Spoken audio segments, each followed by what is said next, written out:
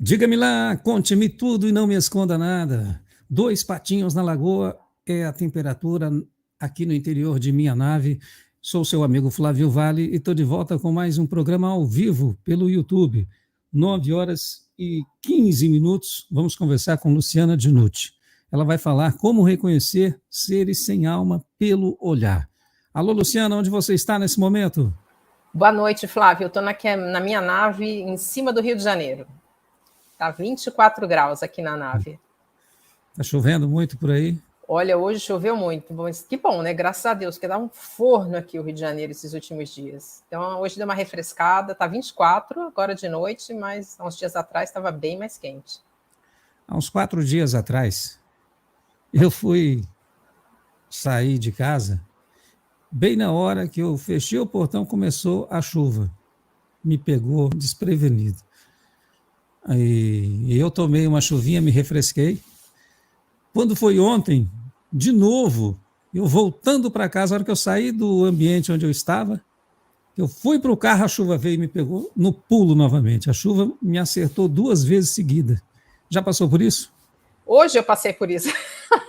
Eu fui caminhar hoje e estava assim, tinha um pouquinho de sol, meio nublado. De repente começou a juntar nuvem, juntar nuvem, juntar nuvem. Caiu o temporal, estava no meio da rua, Flávio. E fiquei ilhada, porque aqui no Rio, quando chove, né, vira mar no meio da rua. Aí eu não conseguia sair da onde eu estava. Fiquei embaixo de um ponto de ônibus até conseguir, até esperar um pouquinho, baixar um pouquinho da água para poder caminhar e voltar para casa. Aconteceu comigo. Hoje eu cheguei um pingo de água aqui, inteirinha molhada em casa. Fui purificada pela chuva também. Eu vou pedir para vocês nos ajudarem na divulgação. Compartilhe o link, deixa o like, o joinha, o gostei para reforçar quem puder participar do Super Sticker, Super Chat, seja membro do canal. E vamos ouvir a Luciana Dinucci, ela vai nos ensinar como reconhecer seres sem alma pelo olhar. Isso vai nos ajudar bastante, viu? Vai evitar uma série de transtornos na vida, porque pessoas sem alma por perto é complicado. Então, a partir de agora, conte-nos tudo e não nos esconda nada, Luciana Dinucci. Obrigada, Flávio. Boa noite a todos. Pois é, quando a gente está próximo de seres que não têm alma, a gente tem que estar certo que eles vão querer pegar a nossa. Esse é o interesse deles. Como eles não têm e têm que sobreviver aqui nesse mundo, para enganar a todos que estão por perto, que eles são como nós, que eles têm alma, eles vão querer levar a nossa. Então, por isso é que a gente tem que aprender a se proteger. Meu nome é Luciana Dinucci, eu sou terapeuta, hipnóloga e analista corporal. Já estive algumas outras vezes aqui no programa do Flávio. E, enfim, pela história da minha vida, pelo meu histórico de atendimentos com cliente, eu acabei sendo uma, vamos dizer, especialista mirim, né? Porque ninguém é especialista profundo em tudo, a gente sempre tem muito o que aprender. Acerca de transtornos de personalidade, principalmente narcisismo e psicopatia. Esses são os seres sem alma. Não só eu que digo isso, mas muitos outros estudiosos. E eu ofereço para os clientes, através da ferramenta da hipnose, das informações de autoconhecimento, da análise corporal, maneiras de entender por que essas pessoas acabam chegando na vida desses clientes. Eu digo até na minha, porque eu também já convivi com várias desses seres, né? Muitos desses seres sem alma. E o que é importante? Durante o processo terapêutico, você descobre por que você tem vamos dizer, um interesse, uma atração natural por esse tipo de pessoa. E por que é que, quando você os encontra, é tão fácil deles acabarem levando vocês nos seus jogos de manipulação. E eu vou buscando sempre novas informações, novas ferramentas para entender mais o transtorno e para entender mais como ajudar aqueles que são sobreviventes dessas convivências tão nocivas, tão tóxicas, a tocarem suas vidas para frente, a terem as suas personalidades, autoestima, autoconfiança, tudo reconstruído. Os narcisistas e psicopatas, eles são transtornados psiquiátricos. Eles têm um transtorno de personalidade. É um jeito de ser, não é uma doença. Portanto, não tem cura. eles não têm interesse em mudar, porque eles se acham perfeitos, excelentes. Só para que a gente possa colocar um conhecimento de base para depois ir avançando, em princípio, um narcisista, por exemplo, ele tem, na sua primeira infância, durante os seus, vamos dizer, 3, 4 aninhos de idade, vivendo dentro de um lar disfuncional, com grande probabilidade de chance de ter um pai ou uma mãe narcisista, ou psicopatas, ou com traços, sendo um narcisista com traços psicopáticos, essa criança vai sentir uma negação de amor. Esses pais não conseguem amar a criança, ela se sente inferior, mal, ruim. Por um truque da nossa psique, um truque da nossa mente, para nos manter vivos, para garantir a nossa sobrevivência, nós não conseguimos achar que os nossos pais são ruins quando nós somos crianças. Nós olhamos e falamos assim, eu sou ruim. Porque imagina só, eu gosto de dar o exemplo de um cavalinho, um bebê cavalo. Quando esse animal nasce, pouco tempo depois, ele já vai estar de pé sobre as perninhas e vai ter uma certa liberdade, vai conseguir se virar, vamos dizer. Um bebê humano leva anos para ele começar a ter um pouco de independência. Então, a dependência, a necessidade de amor e cuidado dos pais é enorme, porque senão essa criança não sobrevive. Por esse truque da psique, por esse truque da mente, é que a criança nunca consegue achar os pais ruins. Ela se acha ruim. E essa criança que teve essa negação de amor, negação de cuidados, né, tendo esses pais provavelmente com traços de transtorno ou com o próprio transtorno, ela se sente tão mal, tão inferior, um lixo tão grande, que ela, para não sentir mais essa dor, ela rompe com a própria personalidade, ela rompe com o self. Ela não tem mais ego, ela não tem mais eu. Ela afunda, ela enterra tudo isso. E enterra junto a capacidade de ter emoções positivas, amor, alegria legítima, solidariedade, não sente remorso, culpa, nada disso, não pede desculpas pelos seus atos. E forma uma falsa personalidade que pode ser grandiosa, poderosa, magnética, que são os narcisistas abertos, vamos dizer, ou uma personalidade vitimista, que se faz de coitadinho, então sempre vai usar uma roupinha mais surrada, vai dizer que sempre não precisa de muita coisa e tem uma habilidade de manipular muito expressiva. Esse é o narcisista oculto.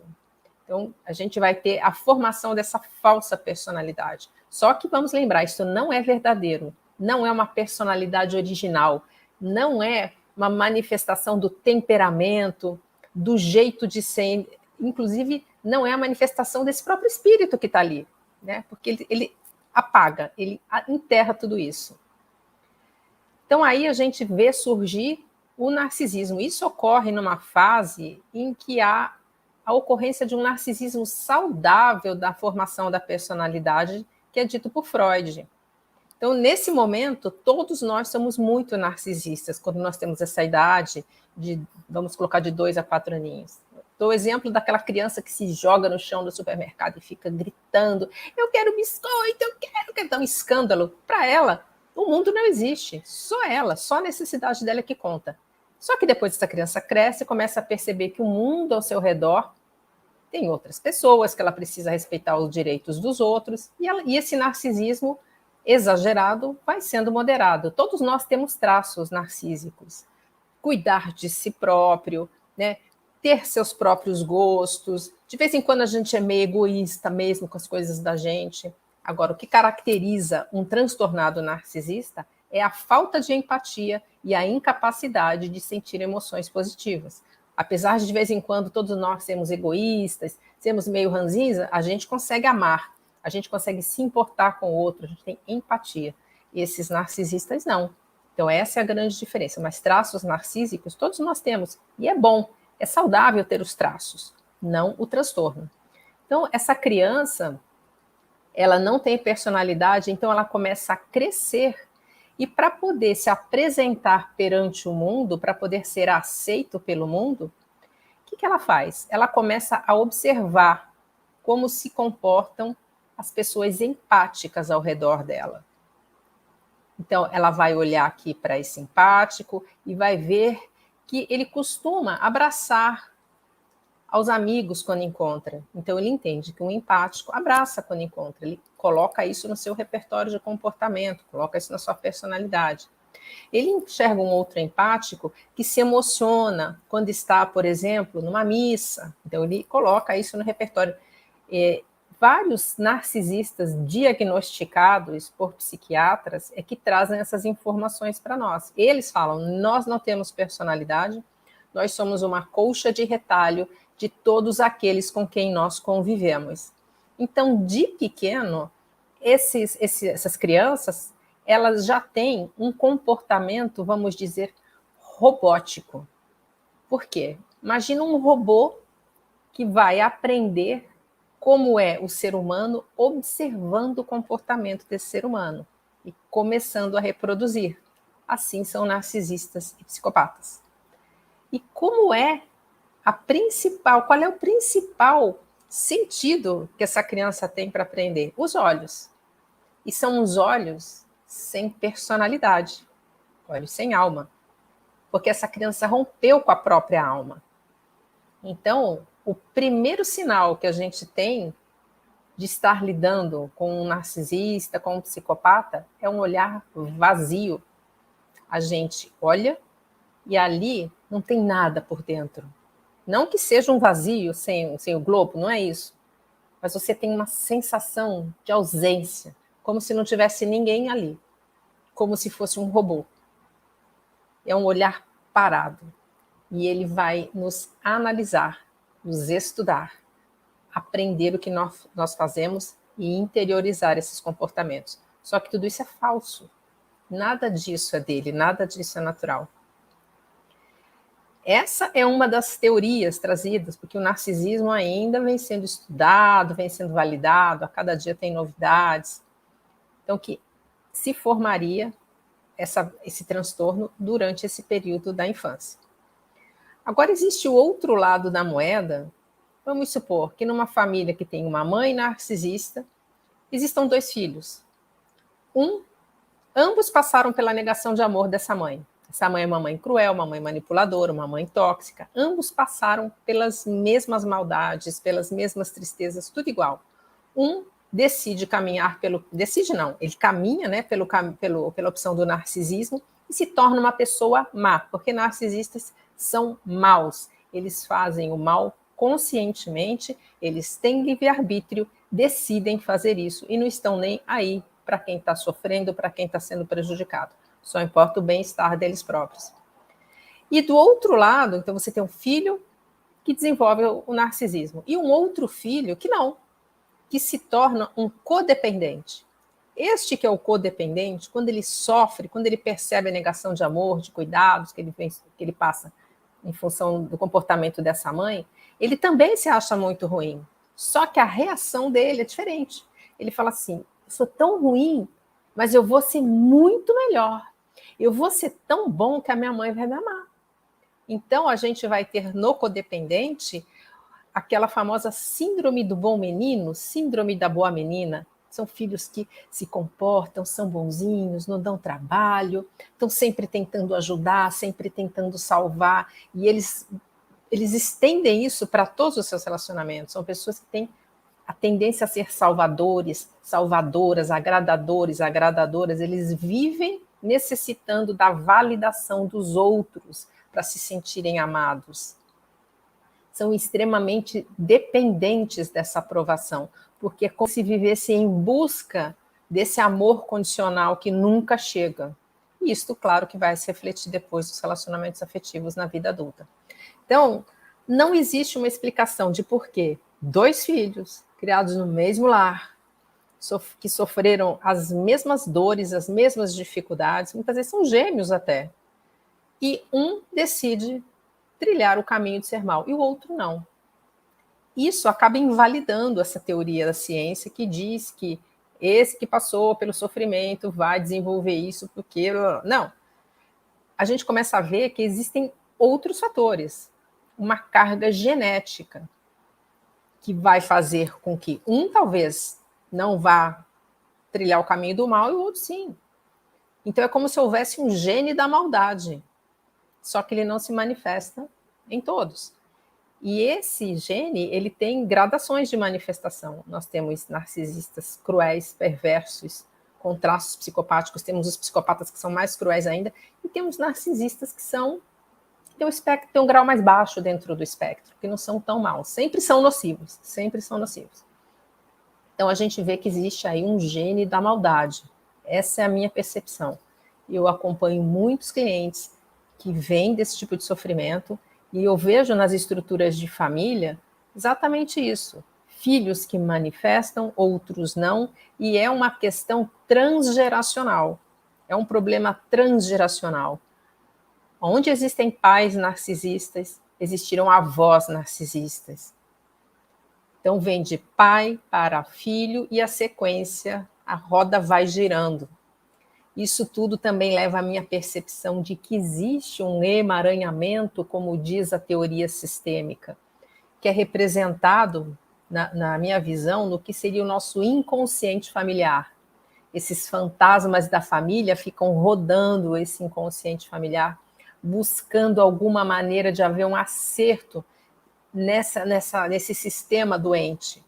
Então, quando um membro dessa família decide falar, chega, claro que sempre vai ser um codependente, porque narcisistas não procuram ajuda, não procuram terapia, porque eles não acham que eles não precisam, eles são excelentes, não precisam mudar. Nós que somos emotivos, que somos empáticos, é que temos que nos tratar, porque nós somos fracos. Então, quando um membro, que é novamente o codependente, decide romper, não aguenta mais o sofrimento, depois do sofrimento do lar de origem, ele ainda passou por amigos narcisistas, casamento narcisista, chefe narcisista, porque parece que a gente atrai, né? Porque eles vêm ao encontro da gente. Quando essa pessoa decide encarar esse problema todo, aceitar os pais, olhar os pais com compreensão, se libertar eles do seu julgamento e decidir começar a assumir sua vida, decidir começar a se colocar em primeiro lugar e a lidar com a sua codependência, porque codependência e dependência emocional também não tem cura, também é um transtorno. A gente vive para sempre. O que nos salva é a consciência. E quando a gente vê que está sendo manipulado, que a gente está cedendo demais, que a gente quer salvar, a gente tem que começar a parar. Durante o processo terapêutico, a gente desfaz a familiaridade com os abusos do lar de infância, a aceitação de ser manipulado. O que acontece? Tudo que está gravado emocionalmente dentro de nós, dentro do nosso subconsciente, que nosso subconsciente só tem emoções guardadas, é familiar. E nós só vamos ao encontro do que é familiar na nossa vida. Nada mais. Nós não vamos ao encontro do que nós não conhecemos. Então, durante o processo terapêutico, você faz essa dessensibilização. Não é nem dessensibilização, não. É uma reeducação emocional mesmo do seu subconsciente. E você começa a se desligar da necessidade de reproduzir isso na sua vida. De ter um companheiro que vai te entregar migalhas de amor. Um companheiro ou uma companheira, tá? Porque narcisismo não tem gênero. Pelos estudos, a maioria são homens, mas existem muitas mulheres narcisistas. Então, o codependente, durante o processo terapêutico, ele vai começando a entender que ele não tem que buscar migalhas de amor, porque ele só recebeu migalhas de amor na infância. Então, qualquer um que vem que dá uma migalhinha, ele fica feliz. Para o codependente, que passou por esse lar disfuncional, abuso emocional, é tranquilo, estou acostumado, já conheço isso. Castigo do silêncio, nossa, que o narcisista faz muito, né? Que é passar, sumir por vários dias, ou ficar vários dias sem conversar, sem falar nada. Então, essa pessoa está acostumada. Então, durante o processo terapêutico, a gente ajuda a se libertar. Mas a codependência, para sempre, ela estará conosco. O que nos salva é o autoconhecimento. Então, muito bem, a gente tem a formação, né? Assim, tem uma terceira teoria que diz o seguinte: tem gente que nasce ruim. Ponto. Não é que foi na infância, não é que sofreu na infância, nasce ruim. Você vê crianças às vezes de 5, 6 aninhos, que são extremamente cruéis, matam animais, às vezes até atacam outras crianças. Tem um menino de 16 anos nos Estados Unidos que ele assassinou um bebê, né?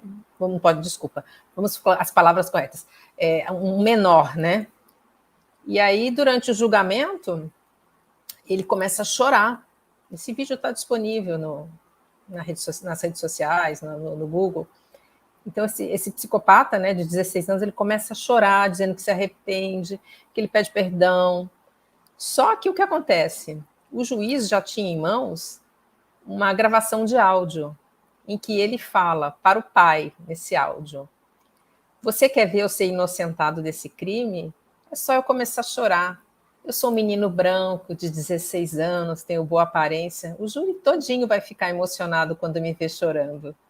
Só que aí o juiz pega e olha e fala assim: você está chorando, você acha que você vai convencer alguém? E mostra o áudio. Então vejam, de pequeno, de muito jovem, essas pessoas já têm a maldade dentro de si. E ali nós já reparamos, né, que esses seres sem alma têm o olhar robótico, porque eles não têm personalidade, eles são vazios por dentro. E aí eles vão começando a aprender quem nós somos. E além de tudo, os nossos olhos são a janela da nossa alma. Inclusive, eu tenho uma imagem aqui, eu vou compartilhar para vocês. É o olhar típico de um narcisista psicopata. Deixa eu só abrir aqui para vocês, vamos compartilhar. Esse é um olho de narcisista, um olhar frio, cruel, robótico, né? Os olhos são a janela da alma. E tem aqui uma passagem da Bíblia, de Mateus. Os olhos são a luz do teu corpo. Se forem puros, o teu corpo terá luz. Mas se o teu olhar for mau, viverás em trevas. E como essas trevas podem ser profundas. Vamos voltar para cá. Voltei, Flávio? Tá tudo certinho? Sim, está. Pronto. Então, e a gente vê até a Bíblia. Inclusive, o apóstolo Paulo tem outras passagens na Bíblia que ele fala sobre os narcisistas, né? E psicopatas. Ele fala: haverão tempos trabalhosos em que surgirão homens egoístas, vaidosos de si mesmo, que não honrarão pai e mãe. E ao final ele recomenda aqui: afasta-te dessas pessoas. Tem várias passagens.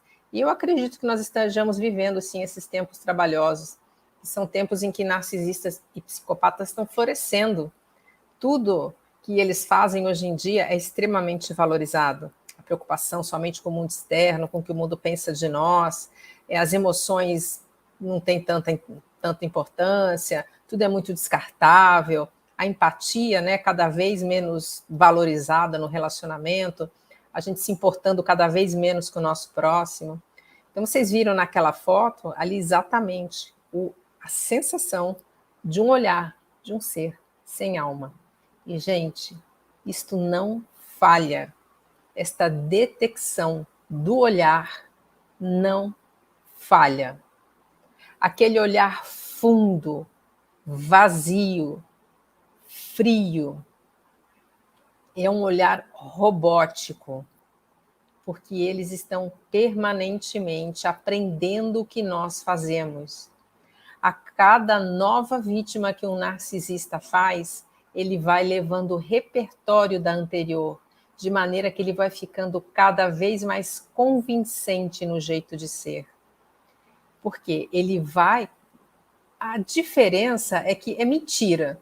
Então, por mais que eles tenham um repertório riquíssimo, se a gente realmente apurar a nossa percepção e der valor ao que nós temos, como a gente chama de intuição, a gente percebe que aquilo é mentira.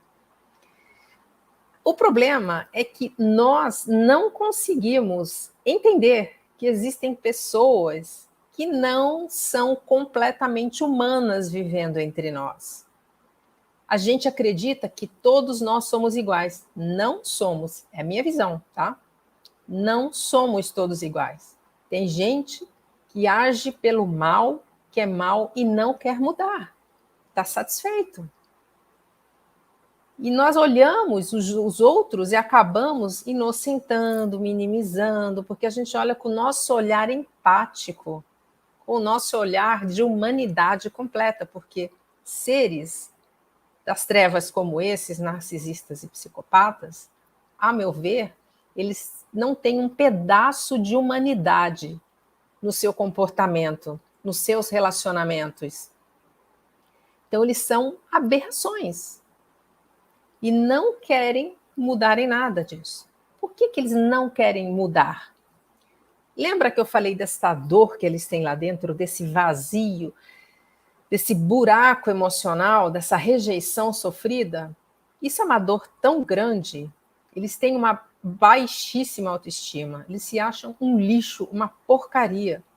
Então, para não olhar para isso, eles fazem qualquer coisa. E qual seria a maior dor entrando em contato com isso? É ver que tem que mudar, ver que eles são ruins, eles não podem admitir isso. Eles não podem admitir que eles são maus, porque é desesperador. É o que acaba com o narcisista. Então, o que nos leva a buscar uma terapia, a buscar um psiquiatra, é o incômodo interior que a gente está vivendo. Eu preciso mudar, eu preciso ser alguém diferente, eu preciso ser alguém melhor.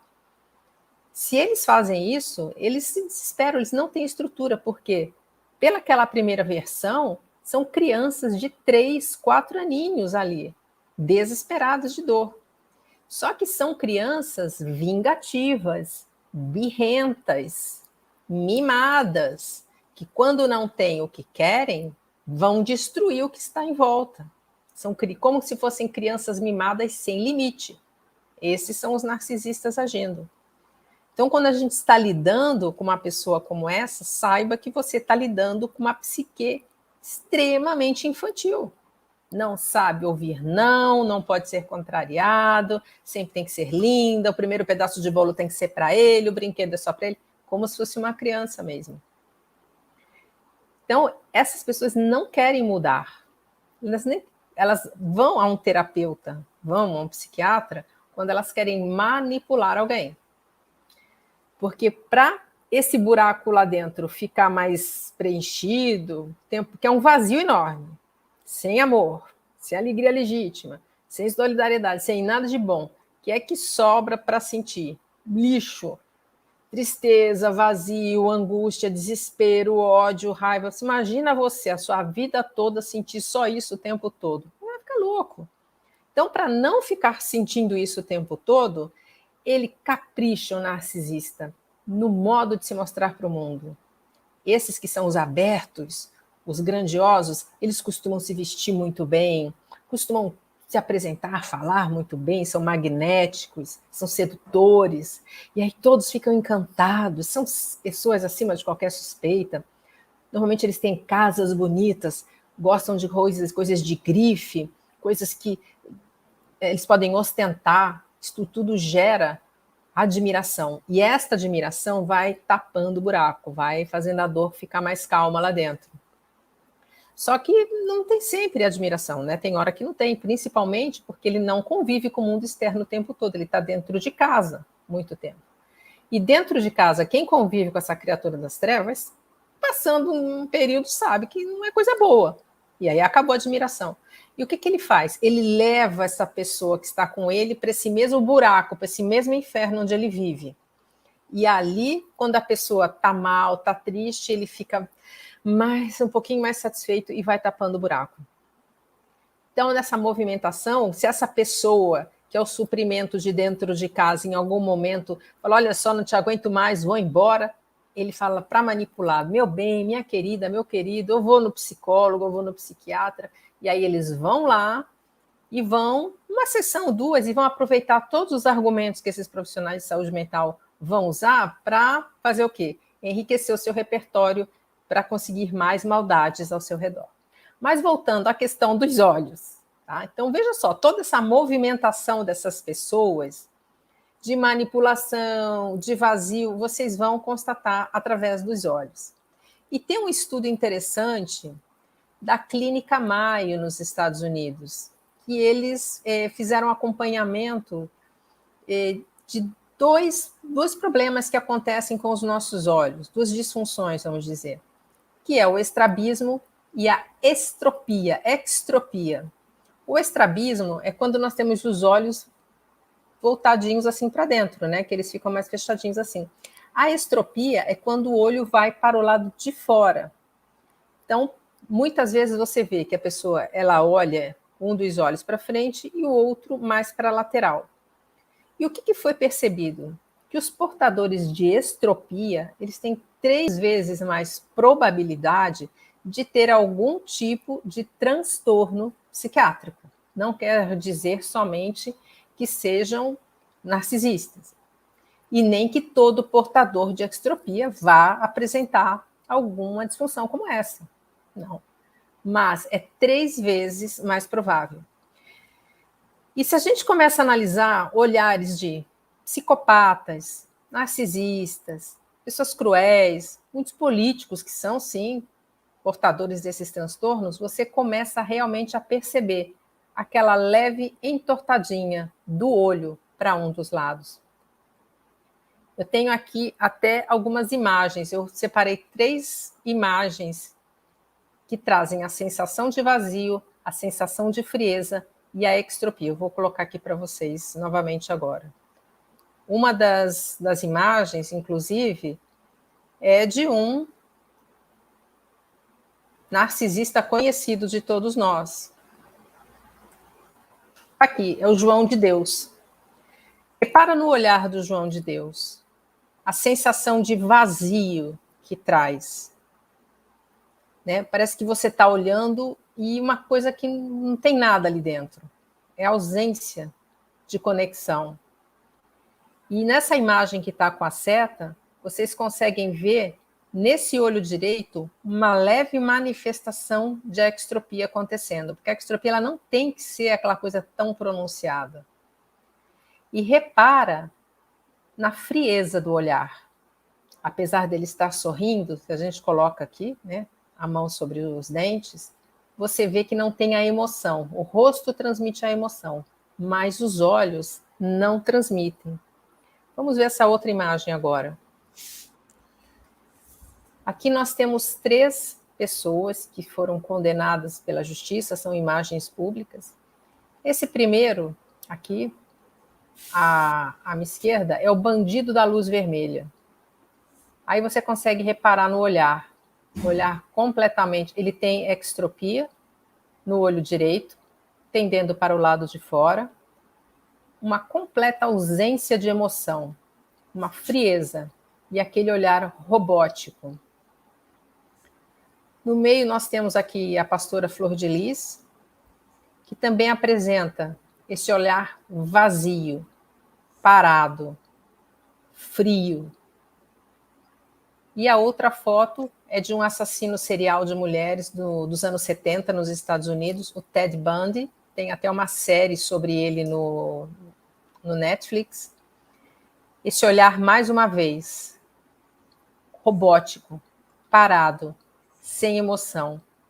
E uma leve extropia também no seu olho direito. São imagens, para mim, que trazem essa sensação, porque é isto que vai identificar de imediato e sem nenhum tipo de erro se você está lidando com uma pessoa sem alma. Então, esses estudos estão mostrando, né, a validação daquela primeira frase que foi colocada: os olhos são a janela da alma. Só que quando você não tem alma, existe um grande vazio lá dentro. Então, quando você convive com alguém assim, a primeira coisa, comece a treinar, comece a lembrar de pessoas com quem vocês já se relacionaram, que vocês conseguiram perceber esse olhar de frieza. E uma outra informação que é muito comum, aí a gente sai do meio psicológico, dos estudos psicológicos, a gente sai do meio dos estudos psiquiátricos e a gente começa a entrar mais no meio do ocultismo, no meio dos assuntos espirituais, sim, porque existe uma parcela grande de influência do mundo espiritual, gente, junto com essas pessoas, junto com esses seres sem alma. Porque eles não agem sozinhos. Digo isso da minha percepção. Outro dia eu li uma frase e gostei muito dela, que dizia assim: Todo narcisista, todo psicopata, eles têm várias máscaras. Para cada pessoa com quem eles se relacionam, eles apresentam uma face, um jeito. Porque ali é mais produtivo ser assim e ganhar suprimento. Então, para um eu posso ser mais o intelectual, para o outro eu posso ser mais o simpático, e ali ele vai manipulando as pessoas, né? Os narcisistas são narcisistas e psicopatas são mitômanos, mentem o tempo todo, sem nenhum tipo de constrangimento. Mentem sobre tudo, desde que eles alcancem o que eles querem. Eu convivi com um tempo, eu me lembro, que essa pessoa contava assim, puxa, eu já fui para Londres, já estive em São Francisco, e trazia detalhes desses lugares. Eu fui naquela praia da Califórnia, que era maravilhosa. Só que pouco tempo depois, ele acabava caindo em contradição. Não, nunca fui para lá. E sem nenhum tipo de constrangimento, mas você falou para mim que foi. Não, você está enganada. Você que é confusa, porque eles fazem esse jogo, né, os narcisistas, os psicopatas, do gaslighting. Eles querem fazer você duvidar da sua própria sanidade. Então, eles mentem o tempo todo. Então, para cada face que esses narcisistas e psicopatas usam, existe sim, por detrás, vamos dizer, que um outro ser das trevas no mundo espiritual o inspirando, um demônio, que os acompanham. Quando, sinceramente, para mim, alguns não são realmente demônios. Porque quem convive com essas pessoas, todo sobrevivente traz essa descrição. Esses seres são demônios, são seres das trevas. Então, o mundo espiritual é muito pesado junto com o narcisista. Quem convive com um deles, quando sai do relacionamento, sai destruído, não só psicologicamente, sai destruído energeticamente, sai destruído espiritualmente. Hoje, atualmente, nos meus atendimentos, eu recomendo aos clientes, façam sim uma reposição energética quando vocês saírem do relacionamento e durante também. Só que durante você vai, você se alimenta, você recebe sua energia. Quando você encontra com essa pessoa, ela leva tudo embora.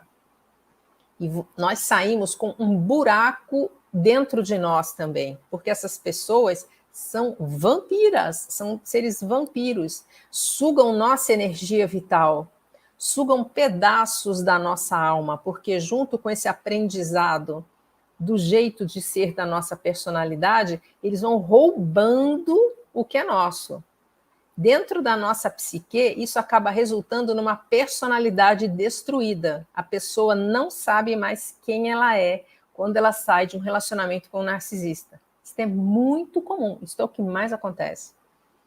Porque pelos jogos de manipulação, essa pessoa vai buscar sempre agradar esse narcisista, que no início de tudo foi uma pessoa adorável, querida, gentil, com uma maneira de seduzir e levar a vítima para sua teia maligna.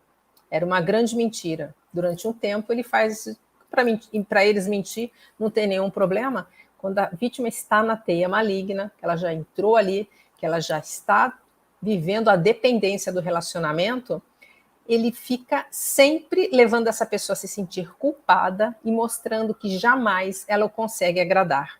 E jamais ela conseguirá de novo aquele período de lua de mel. Então, a vítima fica o tempo todo buscando agradar, não consegue, ela começa a abrir mão de si. A personalidade vai sendo desfeita. Só que nesse ponto, gente, no mundo espiritual também está acontecendo uma movimentação. Um pedaço da sua alma está indo embora. Então, você faz sim o seu trabalho terapêutico, agora saiba que você vai precisar fazer também a sua reconstrução espiritual, através do seu caminho de encontro que tiver. Não existe um lugar, uma regra, não. Para que você possa ir se fortalecendo e reconquistando sua fé. Sua fé no Criador, em Deus, no universo, no que quer que você acredite. Porque existe uma inteligência que criou tudo, que nos criou, que criou inclusive esses seres sem almas das trevas. Porque quando a gente sai de um relacionamento com eles, a gente sai mais sábio, nós saímos mais sábios. A gente perde a nossa ingenuidade acerca do que são os seres humanos. A gente aprende também, a gente cresce. Então, pedaços são levados, a gente precisa buscar também reconstruir a nossa fé. o que um narcisista mais almeja, olhando para esse lado espiritual, é que cada um de nós, sobreviventes, empáticos, que nós percamos a nossa fé e a nossa vontade de viver. Perdendo isso, pronto, nós estamos aprovados no teste de destruição que eles fizeram. Porque esse é o interesse, que cada um de nós seja exatamente um zumbi, como eles são. Então, dentro dessa visão espiritual, muitas pessoas colocam que o comportamento desses seres sem alma é exatamente o comportamento de seres reptilianos.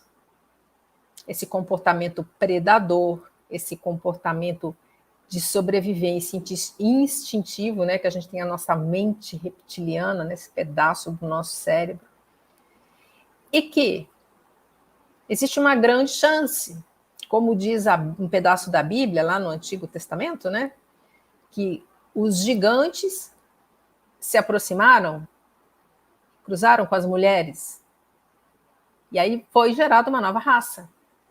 E que esse gene da maldade que eu falei para vocês um pouco antes, no começo da live, uma das probabilidades da origem desse gene seria o cruzamento dessas raças. E então que nós teríamos, com a presença dessas pessoas, a manifestação do que seria a presença desses seres reptilianos. E o olhar de um reptiliano, ele é exatamente como o olhar desse ser sem alma, frio, parado, robótico. A diferença é que tem aquele tracinho no meio.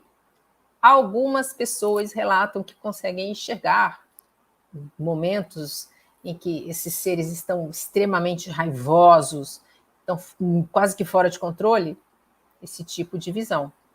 Não sei, eu nunca vi. E uma outra coisa que é relatada com muita frequência por sobreviventes que saem de relacionamentos com pessoas sem alma é enxergarem os olhos negros dessas pessoas. Sabe aqueles olhos de filme de terror que são negros? Muitas pessoas relatam isso, que em relances elas veem essa manifestação. E nesse tipo de situação, quando eles estão contrariados, quando eles estão com raiva, quando eles estão em fúria narcísica.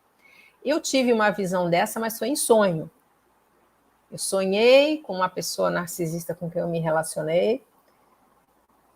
E eu não estava entendendo nada naquela época, eu não sabia o que era narcisismo, nada dessas coisas. E eu estava vivendo uma loucura, né? Aquela pessoa fria, manipuladora, eu não estava entendendo. E eu perguntava muito para mim mesma, o que é isso? O que essa pessoa quer de mim? E eu falava muito com Deus, eu falava, Deus, o que essa pessoa quer de mim? E no sonho, essa pessoa falava assim para mim, você quer saber o que eu quero de você? É isso aqui, ó. Ele fazia assim, como que sugando a minha energia. E nesse momento, os olhos eram negros. Acordei apavorada. Só que depois, ouvindo clientes falando, ouvindo relatos de sobreviventes, muita gente descreve isso. Esse é um outro sintoma. Este olhar negro que aparece em alguns momentos. Não é que eles vão ficar o dia inteiro com os olhos totalmente negros, não, mas aparece o que está lá no fundo da verdade.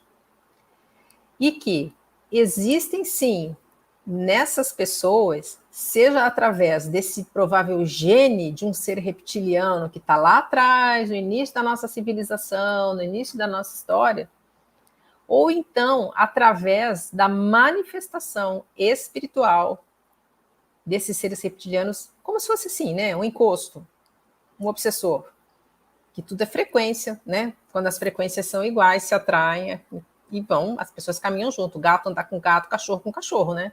Ser sem alma, ser malvado, ser cruel, anda com quem é igual também. Então, que essas entidades seriam parceiros. E como são semelhantes os comportamentos. Então, a gente nota também esta sensação deste olhar reptiliano. Aquele, eu não sei se você pode falar o nome dele aqui, né? Mas, enfim, o fundador do Facebook, né, gente? Vocês entendem. Há um tempo atrás, ele deu um depoimento no Congresso acerca de uso de informações indevidas das pessoas que são assinantes lá da rede social dele. Impressionante o olhar dele, Um olhar parado. Eu nem coloquei aqui porque eu acho que compromete tudo. É um olhar parado, congelado, sem emoção. É como se você estivesse vendo ali um crocodilozinho à sua frente. Então, a gente tem também esses relatos de que são seres, ou com genes, ou com a presença dessas entidades reptilianas por trás deles. E quando a gente começa a estudar tudo isso, ver tudo isso, observar essas pessoas de perto, ver que faz sentido, o mundo à nossa volta cai, desmorona. Porque nada daquilo que a gente aprendeu até hoje começa a fazer sentido, algo que a gente aprendeu acerca de pessoas. Como é o comportamento humano, quais são as premissas. Todo mundo é bom em princípio? Eu acho que não. Tem gente que não é boa em princípio. Não sei, a gente começa a ficar tão em dúvida acerca disso, né? O que está por trás desses comportamentos todos? Existe muito ainda a ser estudado, muito a ser aprendido. E o que acontece? Como eu falei no início da live, a nossa grande preocupação tem que ser em nos preservar, em nos ajudar. Quando você desperta para a importância de você notar o olhar do outro, você está se prevenindo de vir a conviver com uma pessoa assim. Por quê? Neste momento que a gente vive, em que muitos dizem que a transição planetária, os que seguem a linha cristã falam que é o arrebatamento que está chegando, e o apóstolo Paulo falou: haverão tempos trabalhosos em que essas pessoas prevalecerão. Cada vez mais nós teremos a presença de seres assim. Temos que entender isso. É o momento que a gente está vivendo. Porque agora vem tudo à tona, tem que ser limpo. E essas pessoas nunca foram trazidas à luz antes. Elas estão sendo trazidas agora. Todo esse conhecimento, ele é muito recente. Eu coloquei outro dia na minha página do Instagram uma publicação com as afirmações de um narcisista diagnosticado, que é o Stan Vaknin. Ele é o papa do assunto. Se hoje a gente está falando sobre isso, se todos os canais do YouTube, Instagram, Facebook falam sobre narcisismo, é graças a esse cara. Ele deu um golpe, um cartão de crédito na Inglaterra nos anos 90, foi preso, foi diagnosticado como um narcisista, e ele era um homem brilhante, inteligente. Ele falou assim: quer saber? Eu vou ganhar dinheiro com isso, eu vou começar a falar como eu sou, porque todo mundo adora ouvir falar de pessoas más, cruéis. E ele começou a escrever um livro sobre ele mesmo. E ele que criou os termos, né? Pedra cinza, macacos voadores, love bombing, hoovering, tudo que a gente usa hoje como termos usuais na descrição desses transtornos, foi ele quem criou. E ele tem um vídeo no YouTube, desculpe, que ele se descreve. E o que ele diz? Ele fala assim: eu sou um robô. Eu me identifico muito com máquinas. As máquinas são a minha família. Eu não entendo como vocês que têm emoção vivem. Eu olho para a vida como se eu fosse um personagem de filme. O tempo todo eu estou fazendo um papel. E ele diz: eu sou uma pessoa muito triste, porque eu não tenho alegria. Eu não sei sorrir. E o que eu mais desejo é que cada um de vocês seja como eu. Porque eu não consigo ser como vocês. E ele fala: eu sou cruel, eu sou mal. A decisão desse Stan Vaknin foi de se isolar, para não fazer mal para mais ninguém. Então, ele mesmo se descreve como um ser robótico. Ele fala: eu sou assim. Eu funciono como uma máquina. Não se iludam. Então, nós temos que nos preservar, cuidar de nós, porque cada vez que a gente vai ao encontro, que a gente convive com essas pessoas, nós somos lesados emocionalmente, financeiramente, a nossa saúde é prejudicada, porque são vampiros, vão tirar o que é seu. Isso é natural, são predadores, são seres predadores.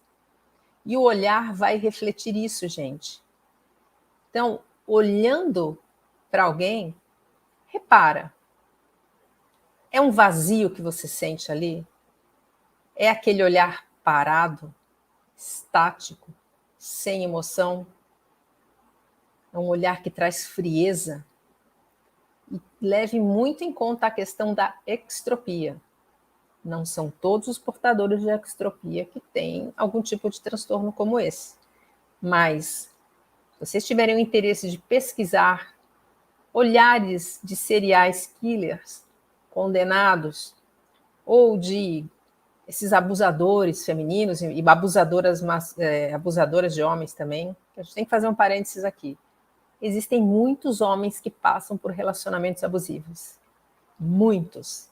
Só que a grande maioria não vai buscar ajuda. Por quê? Por exemplo, Lei Maria da Penha. Não estou dizendo que seja ruim, é muito bom, mas é uma conquista só das mulheres. E existem mulheres que fazem muito mal a homens também. A lei que hoje existe punindo a violência psicológica vale somente para mulheres. E a gente tem que levar em conta também que existem mães narcisistas, pais narcisistas. Então, mães narcisistas são muito destruidoras. Então, só vale para mulheres. Então, esses homens acabam não buscando ajuda. Primeiro, porque homem tem que ser forte, homem sempre tem que dar conta, imagina, o que os amigos vão falar. Mas são inúmeros homens que são muito prejudicados por mulheres narcisistas. Elas usam essas leis de proteção às mulheres exatamente para fazer mais mal aos seus parceiros. Então, nós temos que nos preservar. E os olhos não vão mentir. Esse olhar reptiliano, esse olhar frio, congelado, em que não há emoção, não há movimentação. E lembre-se, ali pode sim estar presente um ser reptiliano. Quando a gente começa a estudar mais a fundo tudo isso, a gente precisa acaba querendo encontrar cada vez mais informações, porque só com o repertório que existe disponível para nós hoje a conta não fecha, gente. O meu raciocínio de busca é sempre assim, tem que ter começo, meio e fim, tem que ter lé com cré. Como é que aparecem pessoas más, que não têm emoção? Como é que alguém pode não se importar com o semelhante? O que é isso? E por que uns sim e outros não? Existem desenhos de má formação cerebral. Isso é bem claro nos psicopatas. Nos narcisistas existem controvérsias. Agora, uma coisa é certa. Ambos têm uma como é que eu vou dizer, uma produção excessiva de testosterona no seu organismo em função de algumas disfunçõezinhas, de alguns problemas do cérebro. Por isso também o que leva a esse comportamento mais agressivo. Cara, por que acontece isso? Porque dentro do mesmo lar, sofrendo as mesmas coisas, um desenvolve a maldade, o outro não. E principalmente nós, que somos empáticos, e empatas. Existe uma diferença entre empáticos e empatas. Empatas são pessoas muito mais sensíveis energeticamente. Elas sentem a dor do outro. O outro não precisa abrir a boca. O empata sente. O empata sabe. O empata é sensível, extremamente sensível, por exemplo, a multidões. Você coloca um empata dentro de um shopping lotado, aquele monte de gente falando, aquele monte de energia, ele vai sair drenado, ele vai sair destruído dali. Um empático não vai passar exatamente pela mesma coisa. O empático, se ele vê alguém se machucar e cair à sua frente, ele vai lá, vai ajudar, né? Vai falar, meu Deus, essa pessoa está sofrendo, eu vou ajudar. O empata, além disso, ele sente a dor, ele consegue capturar. Então tem essa diferença. Nós somos o prato favorito desses seres sem alma. Então, nós temos que estudar sempre mecanismos para nos defender. Por quê? Não precisamos ser destruídos, não precisamos ser abalados por nada disso. A gente reconhecendo essa pessoa, a gente já liga o nosso alerta e fala, opa, deixa eu analisar melhor, deixa eu ver qual é a intenção, deixa eu ver qual é o comportamento. E isso que eu estou falando para vocês dos olhos é infalível, gente. Pode reparar, acompanhe, veja, sinta, repara na emoção. Principalmente nos momentos em que esta pessoa esteja mais irritada, que ela esteja contrariada, que ela esteja nervosa, ou então que ela esteja extremamente relaxada, sem se preocupar com o que você está pensando, ou se você está prestando muita atenção. Ali o olhar é cristalino para você analisar. Ali não tem máscara nenhuma. Porque lembra que eles têm pedaços de comportamentos formando a própria personalidade? Pois é, então eles podem ali acionar um empata número 1, empata número 2 que eles observaram ao longo da vida.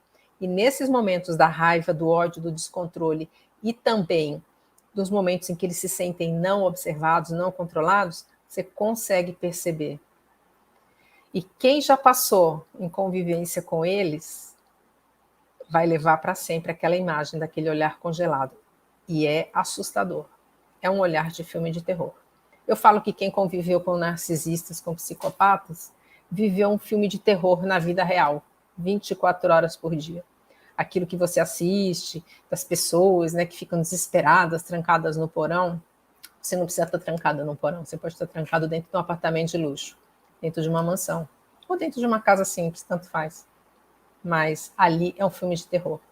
Tem uma série muito boa na Netflix que chama Bom Dia Verônica, uma série nacional, em que a gente tem dois atores, o Du Moscovis e a Camila Morgado. Ele é um policial, é um homem, tem um relacionamento abusivo, eu não vou dar spoiler aqui, mas eles estão brilhantes. Se vocês querem entender o que é um relacionamento abusivo, assistam essa série e vejam o comportamento dos dois. São excelentes atores e ali ela é ótima mostrando o que é um codependente no momento da manipulação emocional e ele como sendo um abusador. Vale a pena.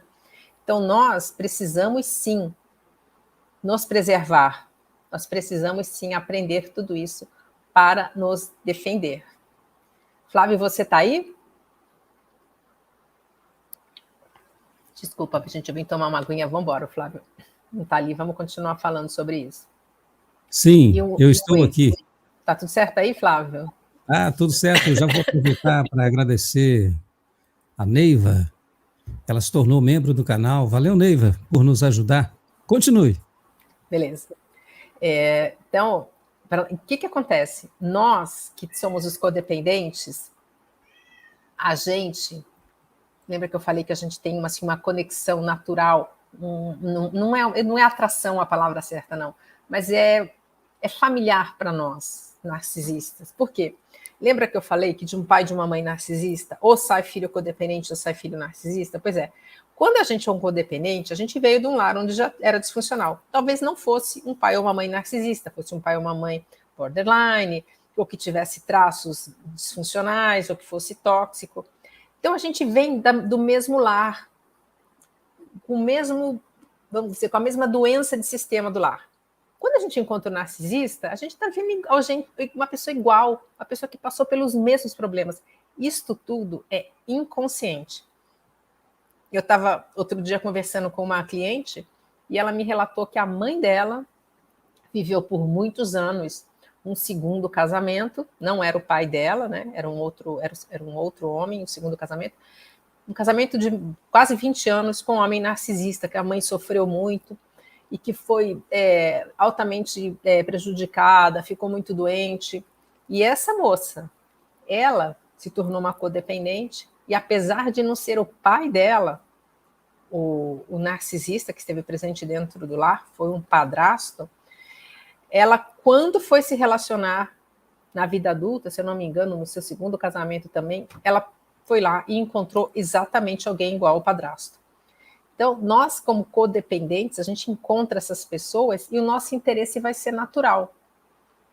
Então, quando a gente sabe que existem maneiras de detectar, vamos guardar isso no nosso coração. Porque quando você encontrar alguém assim, se você é codependente, você vai se interessar. E olha, eu vou dizer que a grande chance de nós que estamos aqui sermos, porque nós buscamos ajudar, nós buscamos salvar pessoas, é nossa natureza. Nós somos empáticos, a gente se preocupa com o outro. Muitos aqui são empatas também. Né? Tem que aprender a lidar com a sua própria energia, sofre com esse mundo todo doido por aí. Então, essas pessoas que trazem, que esses seres sem alma, eles vão se achegar de nós e nós vamos nos sentir traídos, vamos dizer. Só que cabe, através do autoconhecimento, a gente se proteger. A gente fala, não, aqui você não chega, aqui você já não vem mais. Por isso é que é importante a gente ter esse conhecimento. E todos nós que já convivemos em algum momento, seja na família, seja no relacionamento afetivo com narcisistas, nós temos um vício nos nossos próprios hormônios, vício na adrenalina. Por quê?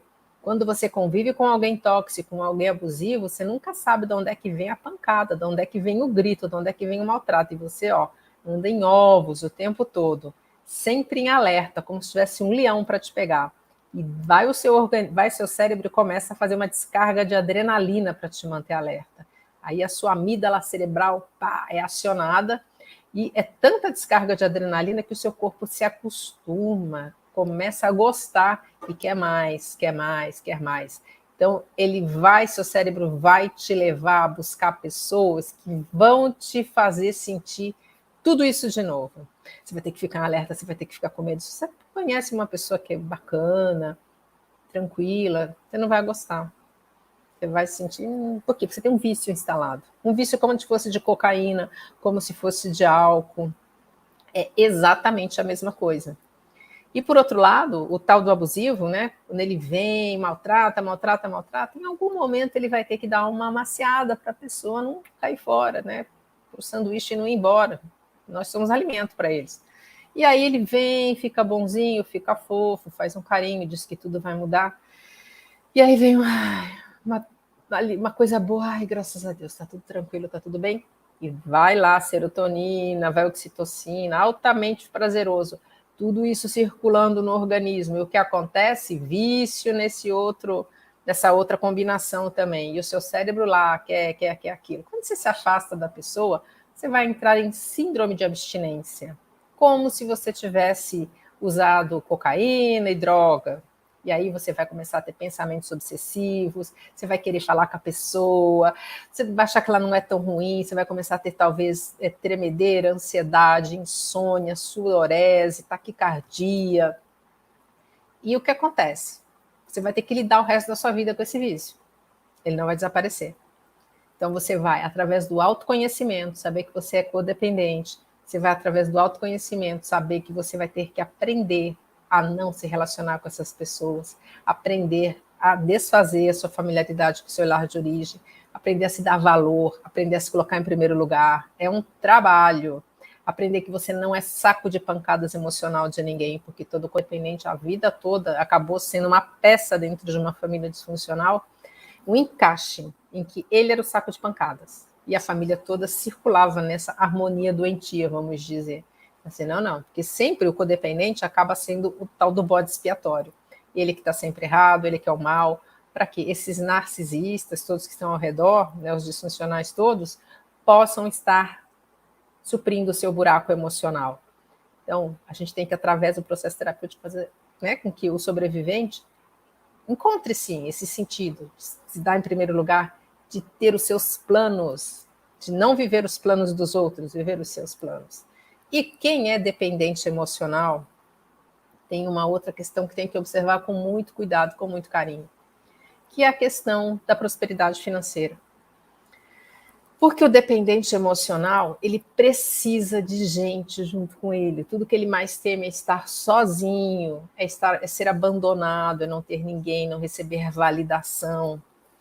E muitas vezes, ter dinheiro, ter sucesso, ter independência vai fazer com que ele se afaste dessas pessoas que dão para ele companhia, que estão junto, que não deixam ele ficar sozinho, apesar de serem pessoas tóxicas, destrutivas, mas ainda assim elas tapam esse buraco, elas dão essa validação que o dependente emocional precisa. E como ele nunca se deu valor, ele não vai falar, não vou ficar com essa pessoa que me maltrata, vou buscar alguém que goste de mim. Então, ter sucesso, ter dinheiro, implica em ter que abrir mão disso. E aí? Seu lado emocional não vai deixar, seu subconsciente não vai deixar, seu cérebro não vai deixar. Então, o dependente emocional também tem que aprender a olhar isso. Porque outro dia eu vi um coach muito famoso que ele fez um desafio para as pessoas subirem um monte, uma montanha muito alta, num dia extremamente perigoso, de chuva, com ventos, né, com todas as regras. dizendo que era perigoso para não. E ele falou para muitas pessoas, acho que mais de 40 pessoas, fazerem essa escalada, porque elas iam destravar a prosperidade da vida delas. E aí o que acontece? Ficou todo mundo preso lá em cima do tal do monte, tiveram que chamar os bombeiros. Nem foi ele que chamou os bombeiros, foi o grupo, e ele nem agradeceu os bombeiros, falou que quem desistiu, na verdade, era fraco, que tinha que... Uma loucura, né? Enfim, mas por que eu estou colocando isso? Porque às vezes você vai fazer essa escalada, vai subir e não vai destravar a sua prosperidade, porque a questão não está ali. A questão da nossa dependência emocional. Eu gosto sempre de dar esse exemplo, né? Imagina assim, você está rico, muito dinheiro, muito bem, tem um carro carérrimo, e você vai visitar a sua família de origem. Você para com aquele carrão na porta da sua casa. Qual vai ser a reação da sua família? De ver você muito bem, não só o carro, mas você está bem vestido, está bem cuidado. Seu dinheiro ganha com honestidade do seu trabalho, do seu esforço. Provavelmente, se essa família não estiver no mesmo patamar financeiro, você vai ser, assim, né, meio deixado de lado, vão vir aqueles comentários ácidos. Então, o dependente emocional tem que olhar com muito cuidado também sobre isso. A dependência emocional segura e muito. E quem tem traços físicos de dependência, que existem dentro do trabalho de análise corporal que eu faço, 5 tipos de corpos que se apresentam com equivalência de 5 tipos de funcionamento de mente. A gente tem um traço de oralidade, por exemplo, que são as pessoas que têm um corpo mais fofinho, mais rechonchudinho, não quer dizer que sejam gordos e gordas, não. É mais arredondado, mais fofinho. Então, por exemplo, essa bochecha mais gordinha que eu tenho, o meu braço é mais gordinho, eu tenho bastante oralidade. Quem tem traço de oralidade traz dentro de si, no desenho da sua rede neural, na mielinização da sua coluna vertebral, a dor do abandono. Esse traço se forma no momento em que a criança está no período da amamentação. E ali, o mundo da criança é a mãe. Ela não percebe que tem mais ninguém. E em algum momento essa criança está num berço, está no carrinho, e vamos supor que a fralda fez uma dobrinha e assou. Deu uma assadurinhazinha, pequenininha na perna, e a criança está chorando por causa disso. Aí alguém vai lá, olha, não vê que o problema é a assadura. E dá a chupeta, faz um nananenê, dá um tapinha achando que é gases, e a criança continua chorando. Ninguém vê que é uma coisinha pequenininha. Como é que essa criança se sente? Ninguém cuida de mim, ninguém resolve minhas dores. Se sente abandonada. Então, quem desenvolve porque nós temos os 5 tipos de traço no nosso corpo, que varia o percentual em cada um de nós, que cria a nossa individualidade. Então, quando você tem um percentual mais alto de oralidade, você vai trazer dentro de si para sempre a dor do abandono, é a dor do seu traço. Isso não muda, tá? Isso é determinista, essa análise, e é verdade. Então, os orais, eles têm a tendência a uma dependência emocional natural. Quem é mais fofinho, tem o lábio mais grosso, o olhinho é menor, mais caidinho, é um olhar que se conecta com os outros. O oral, ele é extremamente sensorial. Né? Ele gosta de sabores, de aromas, e ele se conecta com o outro. O empata tem muito da oralidade. Pode reparar que muitos empáticos, eles têm esse formato de corpo oral mais redondinho, mais fofinho. Porque o oral, ele se conecta com o outro. Como ele precisa de gente, a técnica de sobrevivência dele é conseguir se aproximar de pessoas. Então, essa conexão favorece. O oral fala muito, ele adora conversar. O oral fala.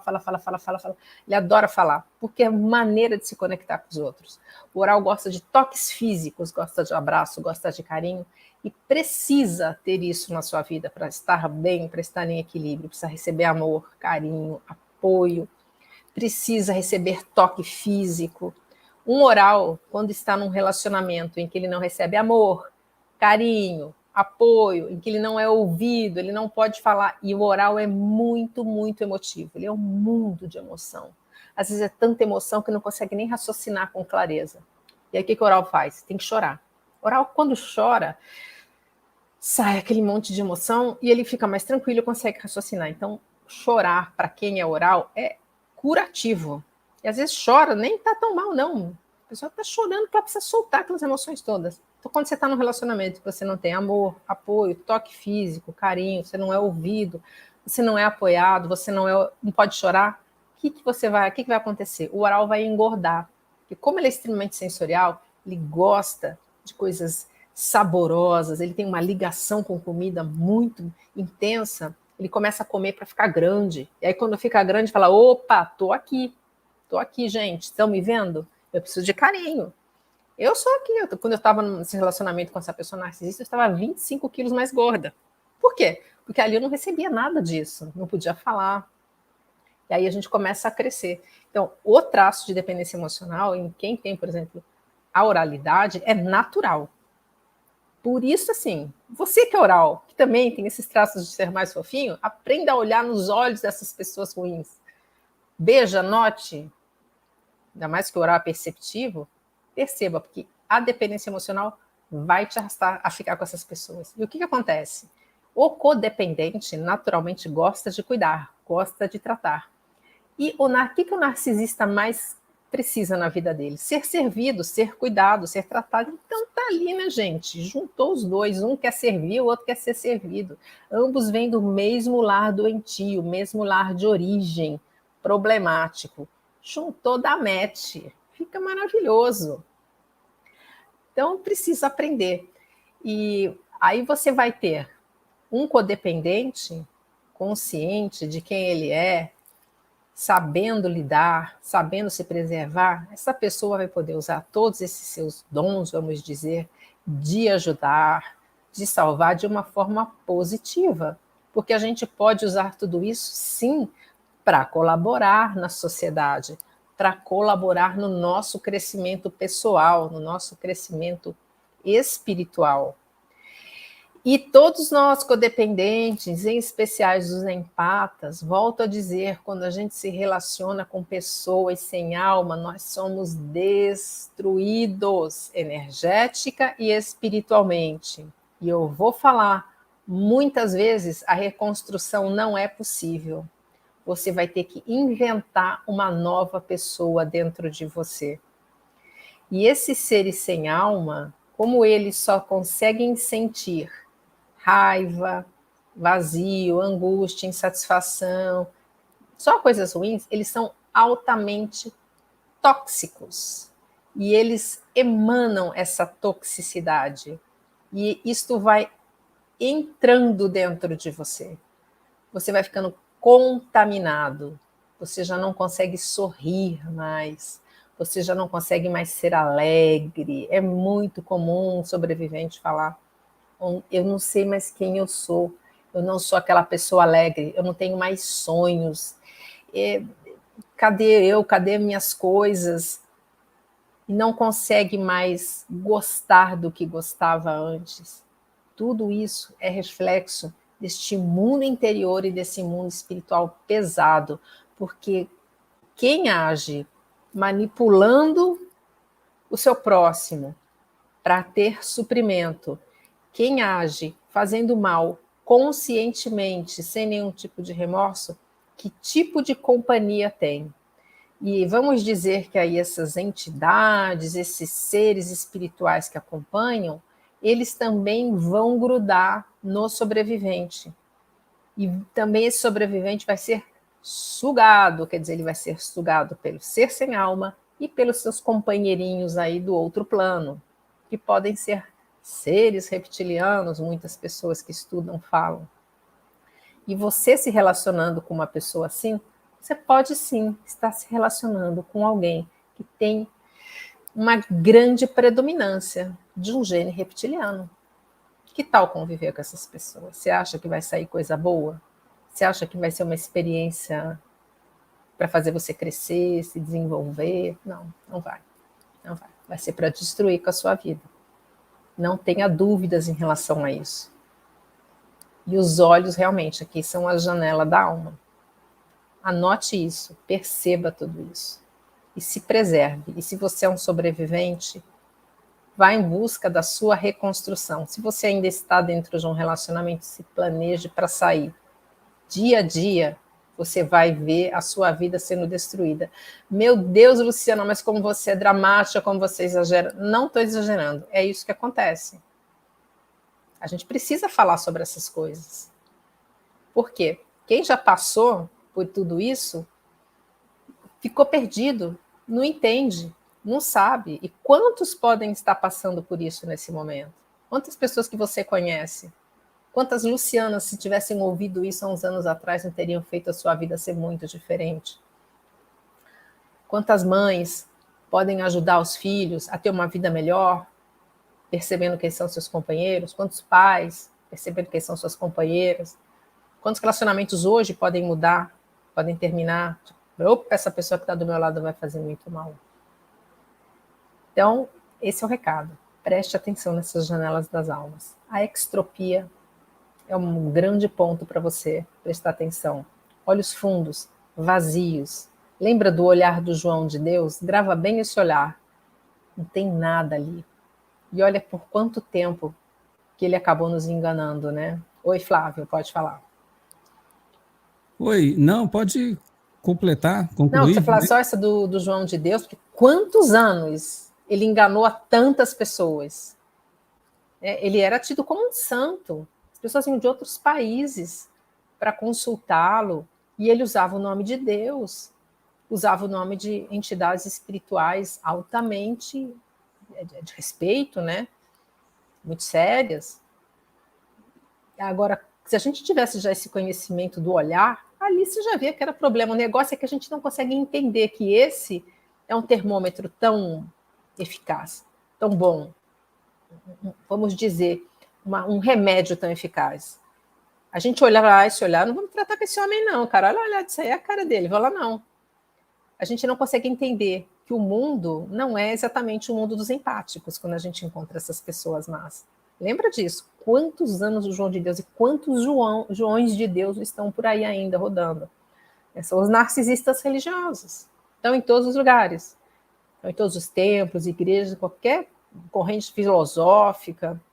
É só você notar a pastora Flor de Lis. Quanto tempo, quantas pregações ela não fez, quantas pessoas ela não aconselhou. O que será que ela falou? Quais serão os danos que ela causou? Quais serão os prejuízos financeiros que ela causou para as pessoas? Não tenho como julgar, mas a gente tem como se prevenir. Oi, Flávio. Pode falar. Deixa eu tomar uma aguinha. Temos um balaio de perguntas para você. Bora. Lívia Fran separou as perguntas do pessoal. Gratidão, querida. A primeira é do Vladimir. Geralmente, pessoas que passam a perna nos outros são muito bajuladas pela maioria. Por que isso? Porque, Vladimir, essas pessoas, elas têm uma extrema preocupação com a sua imagem social, com a sua imagem do mundo externo.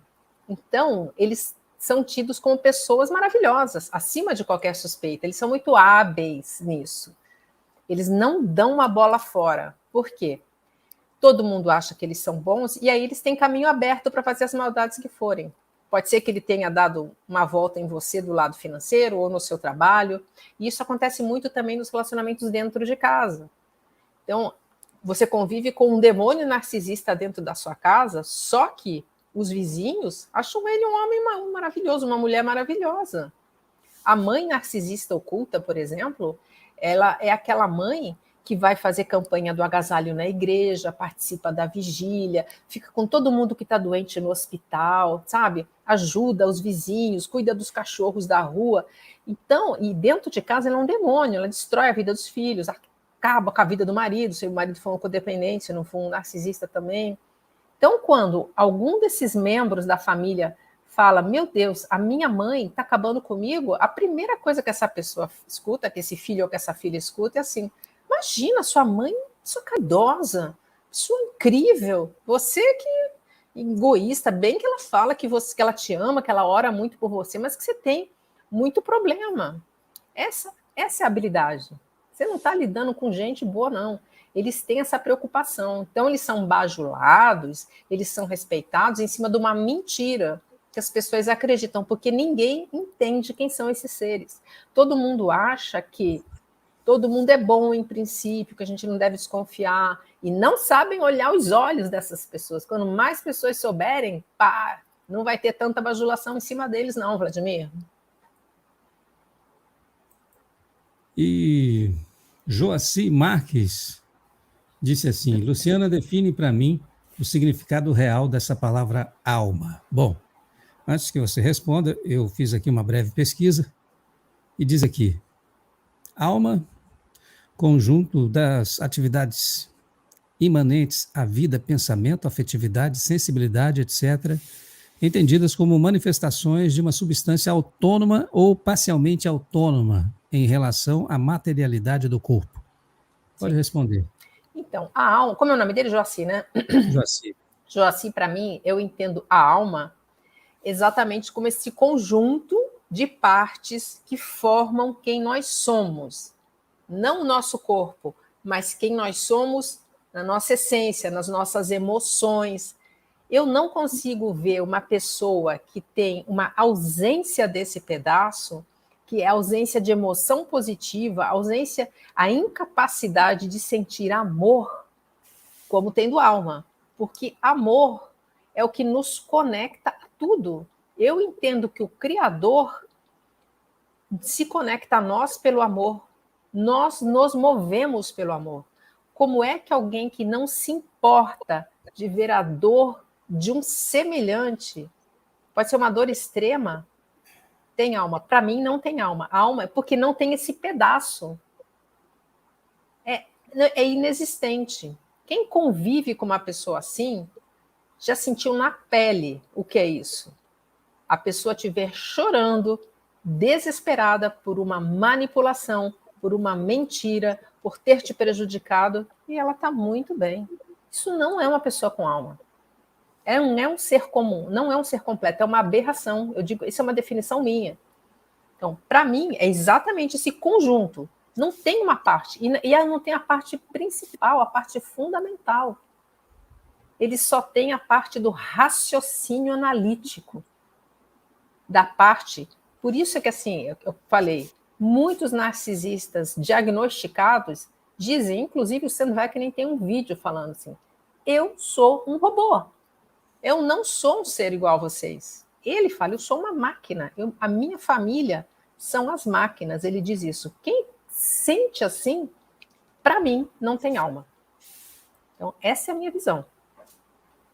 Kátia Castro de Lima, como esses seres sobrevivem e como ajudar essas pessoas? Não, você não tem que ajudar nessas pessoas, não, tá, Kátia? Você tem que dar linha, vazar, tá? Se afasta. Porque eles não querem ser ajudados. Eles não se acham. Não acho que eles precisam. Como vivem? Eles vivem à base de usar pessoas para obter suprimento narcísico. O suprimento é para tapar o buraco emocional lá dentro, para fazer essa baixíssima autoestima ficar esquecida. Então, eles vão buscar adoração, aplausos, elogios, através dessa preocupação social que eles têm, que eu descrevi no caso da primeira resposta.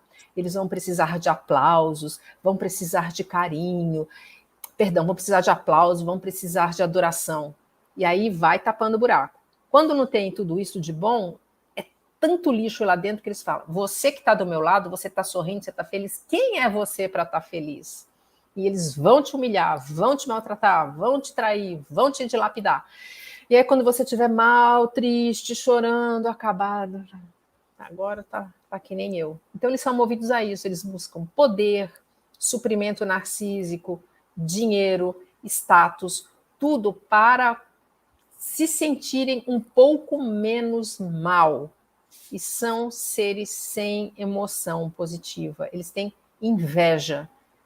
Essas pessoas são invejosos patológicos. Eles têm inveja da nossa alegria, da nossa saúde, do nosso brilho próprio, dos nossos amigos, porque eles acham que a gente não merece nada, nós seres empáticos, porque nós somos fracos, porque nós somos atingíveis através das nossas emoções.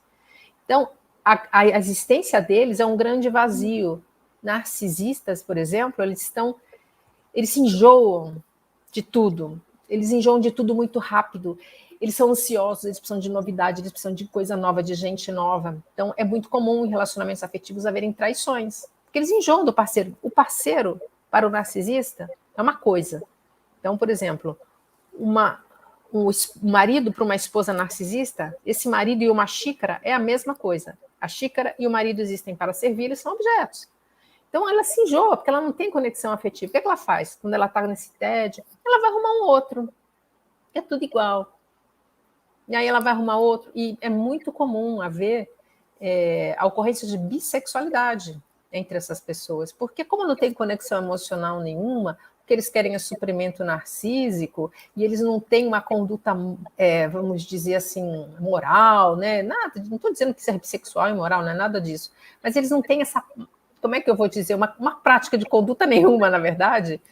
E para eles tanto faz. Sabe, é muito comum se ouvir assim de narcisista aquele tipo de afirmação: eu estou hétero nesse momento, eu estou homo nesse momento. Eles não falam que sim nem que não.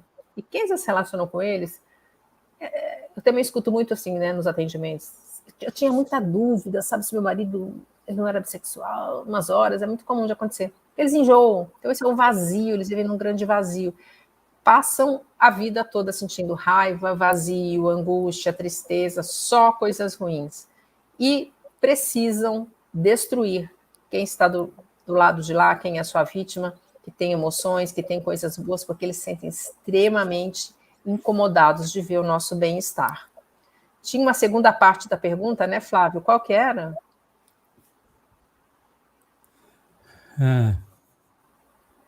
Como vivem e qual era a outra pergunta? Como ajudar essas pessoas? Então, não tem como ajudar, porque eles não querem ser ajudados. O narcisista, primeiro, ele não se acha com problemas. Quem tem problemas somos nós. E se ele... Por quê? Porque ele não consegue se autorregular. O que é se autorregular? Vamos supor, eu estou muito infeliz, não estou bem, aí eu, olho para dentro de mim e falo, realmente tem coisas aqui que eu preciso consertar, que eu preciso mudar, eu preciso, transformar minha visão do passado, eu preciso transformar minhas emoções para eu ser alguém melhor. Então, isso é se regular. Eu olho para dentro de mim, dói eu ver que eu não sou aquilo que eu queria, que eu não sou tão bacana como eu imaginei que eu fosse. Se o narcisista faz isso, ele vai olhar para aquela dor imensa daquela criancinha mimada dentro dele, que é um buraco devastador. É o que ele não quer sentir nunca mais na vida. Então, toda a movimentação dele de conseguir suprimento, de manipular, de destruir, é para não sentir essa dor. Então, ele nunca ele vai olhar para dentro de si próprio. Aí ele vai falar, não, eu sou grandioso, eu sou maravilhoso, porque é como ele vive esse falso self, esse falso ego dele. O narcisista não tem eu, ele não tem essa identidade que nós temos. É difícil entender isso, eles não têm. Eles vivem como esse narcisista falou, o Sandvakinin. Eu sou um personagem de filme. Eu me vejo vivendo uma vida sem ser eu. Então, eles não se veem ruins. Então, eles não vão buscar terapeuta. E se eles vão para o terapeuta, como eu expliquei, ou para um psiquiatra, é para manipular alguém. E nem é bom que eles vão, porque quando eles pegam essas pessoas, eles vão aprender tudo que esses profissionais dizem para manipular com mais eficácia todos aqueles que fizerem parte da sua rede de manipulação. Eles vão estar melhores na arte da maldade. Então, não tem como ajudar. O que você pode fazer é cuidar de você e se afaste, porque não tem final feliz com essas pessoas. Cada dia que você passa convivendo com um ser desses é um pedaço da sua alma, um pedaço da sua vida interior que é destruído, qualquer que seja o relacionamento. Então, é contato zero, né? Aquilo que a gente fala que é para cortar essa pessoa da sua vida. Bloqueia redes sociais, bloqueia o WhatsApp. Talvez você precise se afastar de pessoas de convivência em comum. Às vezes não é possível, porque são familiares. O que a gente tem que fazer? Pedra cinza. Se chama pedra cinza. Que é você não ter reação emocional. Né? Essa pessoa vai te provocar para fazer você ficar mal, para ela se sentir melhor, e você, cara de paisagem, vai te provocar muito, tá? Então você vai ter que fazer um esforço imenso. E por que chama pedra cinza? Imagina que você está num jardim bem lindo, que tem planta, bicho, borboleta, florzinha, tudo lindo nesse jardim. Qual é a única coisa que não vai chamar atenção? Uma pedrinha cinza, né? Então esse vai ser seu papel. Você vai ficar ali meio morto, meio morta. Quando você não dá atenção impregnada de emoção, essas pessoas desistem de você. Não tem como ajudar, tá? Viu como é difícil a gente entender que não tem gente que não quer ajuda, tem gente que não quer mudar, tem gente que é mal por natureza. Henrique Silva, ele disse, sinto um grande amor às pessoas. No entanto, vivo sozinho, somos dois, Henrique. Há muito tempo, e acho muito bom, somos dois. Isso é normal? isso não é um problema. Normal, gente, é uma palavra que eu não gosto de usar, porque eu acho que nenhum de nós é normal. Todo mundo é esquisito, né? A gente não é mal, narcisista, psicopata, mas a gente é esquisito, né? Sempre a gente tem uma coisa meio estranha. É normal, não é meio doido. Mas não é mal, essa é a diferença. Agora, pelo que você me descreve, Henrique, você tem emoções, você tem amor por pessoas, você vive sozinho e vive bem sozinho. Aí a gente vai entrar um pouco no meu trabalho da análise corporal. Como eu falei, existem 5 tipos de corpos que equivalem a 5 tipos de funcionamento de mente. Quando é que se formam esses traços corporais? Vai desde o momento que a gente está na barriga da mãe até uns 5, 6 anos de idade. E como é que são definidos esses traços? Através do processo de mielinização da sua coluna vertebral e das suas redes neurais. A mielina é uma gordurinha que vai encapando todo o seu sistema nervoso. E como é que ela é atraída para esse tecido? Através de choquinhos elétricos, que são as sinapses. Então, conforme você vai usando os seus neurônios, eles vão emitindo sinapses, essas sinapses atraem a gordura vai encapando, e ali você vai ter uma rede neural definitiva montada, assim como também a formatação do seu sistema nervoso. Isso é definitivo, vai com você ao longo da vida. E o primeiro desses traços, ele se forma quando a criança está na barriga da mãe. E por algum motivo, essa mãe está estressada com essa gravidez, ela está preocupada, pode ser que o pai tenha ido embora, ou morreu, ou ela não tem dinheiro, ou ela é muito jovem, os pais não sabem, ela está com medo de estar sozinha, ela pode estar doente, qualquer que seja o motivo. Ela está estressada com a gravidez, porque assim, mãe não se estressa e nem rejeita criança, mãe se estressa e rejeita gravidez, né? Isso é um fato. E ali, cada vez que esse bebê que está na barriga da mãe se mexe, essa mãe entra em alerta, ela entra em estresse, ela fala, meu Deus, a criança se mexeu, e agora? O que vai ser? Quando isso acontece, tem aquele mecanismo que eu até expliquei antes, da descarga de adrenalina que o nosso corpo sofre quando a gente entra em alerta. Essa adrenalina vai fazer o útero ficar mais frio, duro e estreito, menor. A criança vai sofrer ali. Então ela percebe o quê? Que cada vez que ela se mexe, cada vez que ela existe, ela sofre. O que ela faz para não sofrer? Ela vai para dentro de si própria, para o seu mundo mental. E aí a gente tem a formação do primeiro traço de caráter, que é o traço esquizoide. Gente, um detalhe, os nomes dos traços não querem em absoluto dizer que a pessoa seja portadora de qualquer transtorno psiquiátrico, nada disso. Quem deu o nome dos traços foi o Reich, que foi quem desenvolveu o primeiro estudo básico sobre isso. E em homenagem a ele, foram mantidos os nomes, tá? Então não quer dizer que quem tem o traço esquizoide, em percentual mais elevado, tenha qualquer tipo de transtorno. É só um nome que foi mantido em respeito ao Reich. Então, quem passou por esse trauma, né, na barriga da mamãe, e desenvolveu, como eu expliquei antes, nós temos os 5 traços no nosso corpo, o que varia é o percentual de cada um deles. Então, quem tem um percentual mais elevado de esquizoidia, desenvolve um corpo mais magro, com ossos salientes, ossos em quina. Tem a testa mais alta, os olhos tendem a ser um pouco mais saltados, a presença de olheiras, lábio mais fino, lábios com pouca cor. São pessoas que têm um mundo mental extremamente rico, são criativas, vivem fora da caixinha, gostam de coisas diferentes, fora do mundo usual. E são pessoas que precisam, sim, de caverna, se sentem bem no seu mundo, sozinhos, no seu quarto, sabe? Tipo assim, aquele nerd que tem o capuzinho dele, que ele fica lá com o joguinho no mundo dele. Então, quem tem um percentual bem alto de esquizoidia, que dá para a gente colocar como exemplo, é o Steve Jobs. Ele é bem magrinho, tem aquela testa alta, e o esquizoide, muitas vezes, ele usa óculos, que é uma forma dele se proteger, porque o esquizoide não quer existir. Para ele aparecer, existir, é dor.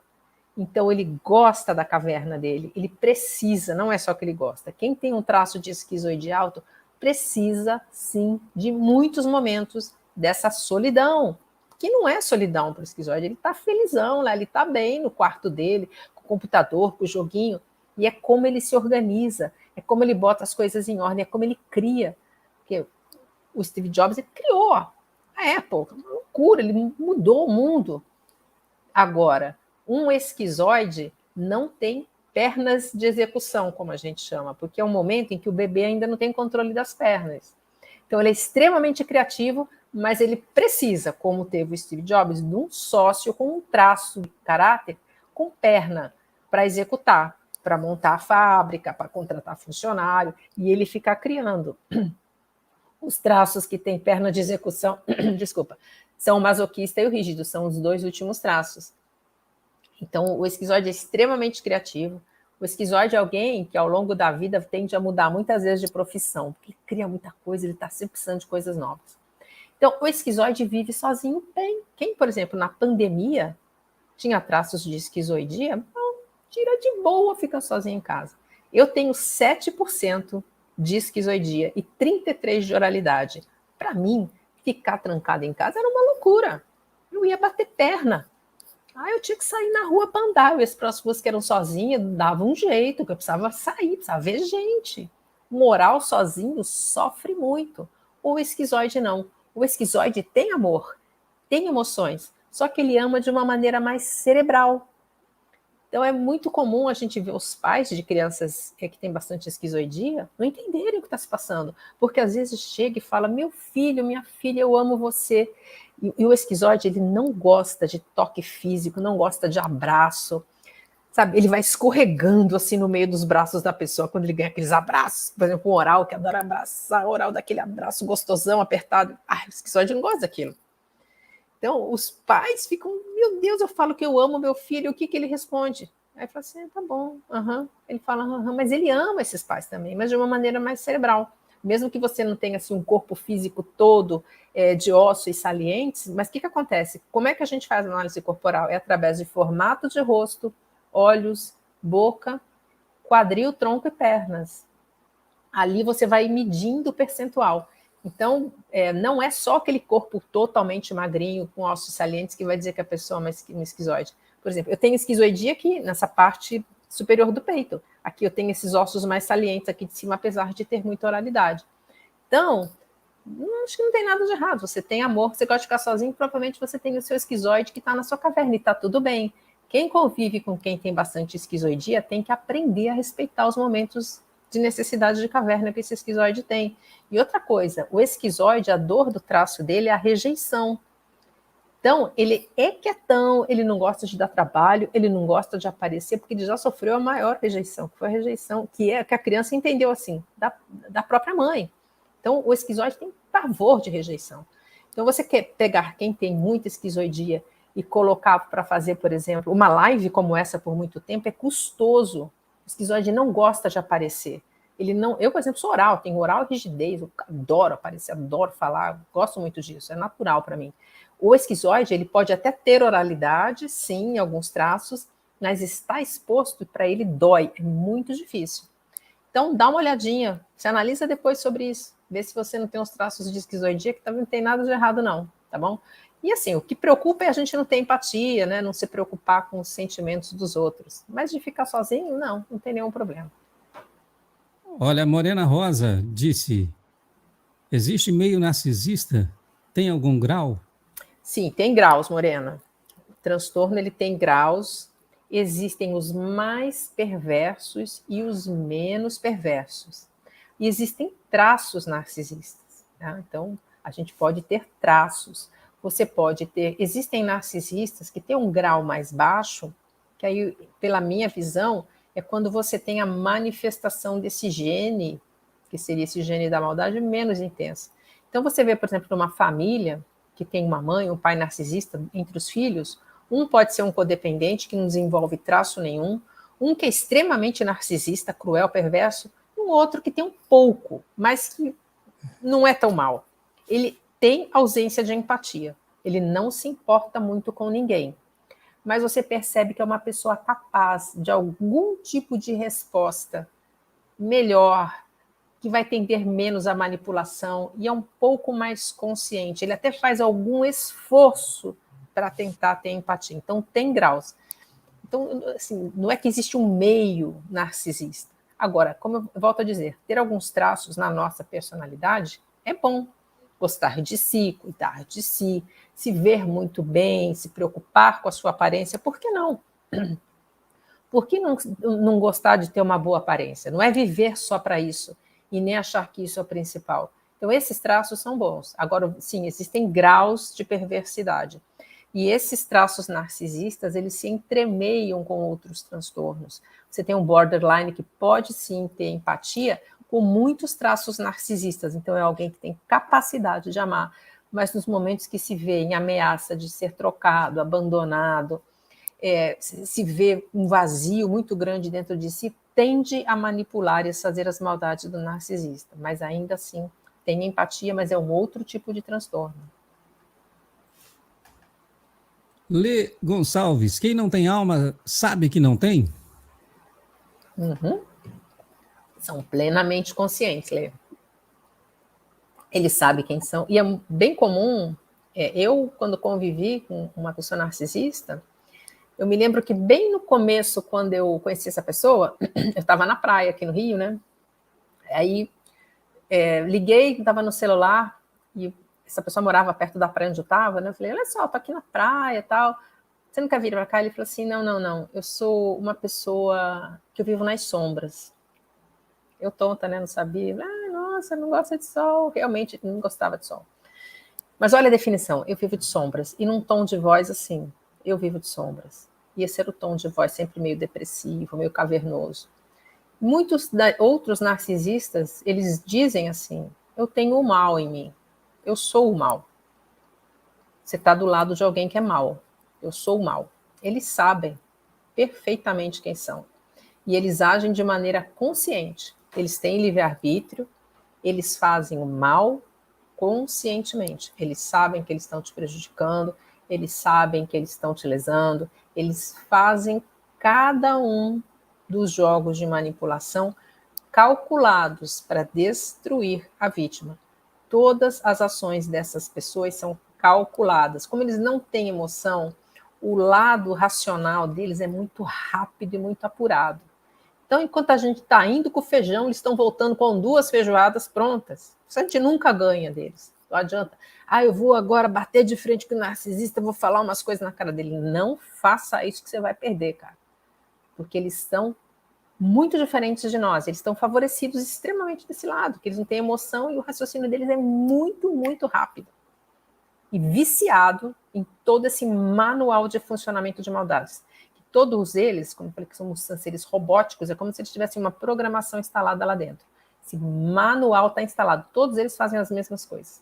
E eles são plenamente conscientes, sabem que não têm almas, e uns acham até assim bacana. Eles falam, pois é, não tenho alma e estou aqui no meio de vocês acabando com vocês. Eles riem. Bastante comum ouvir esse tipo de colocação dos sobreviventes. E é assustador. Esse tipo de colocação, eu tenho mal em mim, eu sou o mal. Isso vem em um momento em que eles estão assim relaxados, tranquilos. É interessante, sabe? É como se fosse um desabafo, porque eles não carregam nada de bom dentro de si. Então, é muito ruim o que eles vivem internamente, não é bom. Mas, ao mesmo tempo, eles se sentem poderosos em poder destruir os outros. É como que, vamos dizer, um sadismo, né? Uma coisa assim, uma coisa meio doentia. Mas eles são conscientes, sim, sabem quem são e muitas vezes têm orgulho disso. Mais alguma, Flávio? Cadê o Flávio? Opa. Sim, eu estava só esperando você concluir. A Natália Galvão. Não entendo, o espírito nasce bom e se torna cruel por culpa dos pais? O espírito pode regredir de tal forma em sua evolução? Olha, Natália, é assim, eu não acho que o espírito...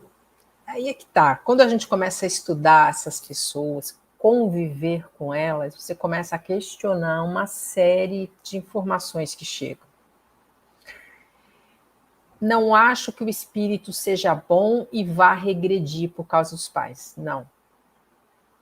Eu acho que o espírito vem e ele já traz em si a tendência de reagir a se tornar mal.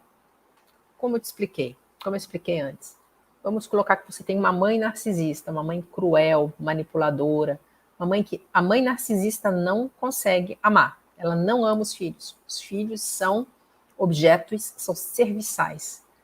E esta mãe faz de tudo para acabar com a personalidade desses filhos, para poder controlá-los, para poder manipulá-los e ter eles junto dela, servindo. Então, essa mãe é má, né? E nasce a criança. Essa criança vê que esta mãe não dá amor para ela, não se importa, não cuida, não tem interesse. Entra aquele mecanismo da criança se sentir muito, muito ruim. E ela desenvolve o traço narcisista. Ela abafa a própria personalidade, cria o falso self. Aí tem o irmão. Esse irmão passa pelas mesmas maldades da mãe, muitas vezes até pior. Mas ele se torna um codependente. Ele se torna alguém que quer salvar o outro, que quer cuidar do outro. O que faz essa diferença? Ambos passaram pela mesma situação. Aí não há ainda uma explicação 100%. É uma genética? Eu acho que tem. É uma inclinação espiritual que já leva para uma decisão? Pode ser. É um ser que já veio com essa programação diferente por ser de uma outra linhagem? Pode ser. Não acho que o espírito vá regredir, não. Ele vai se tornar um codependente se ele for um espírito melhor. Ele não vai reagir se tornando um narcisista. Talvez o narcisista seja exatamente a predisposição natural em exercer o mal.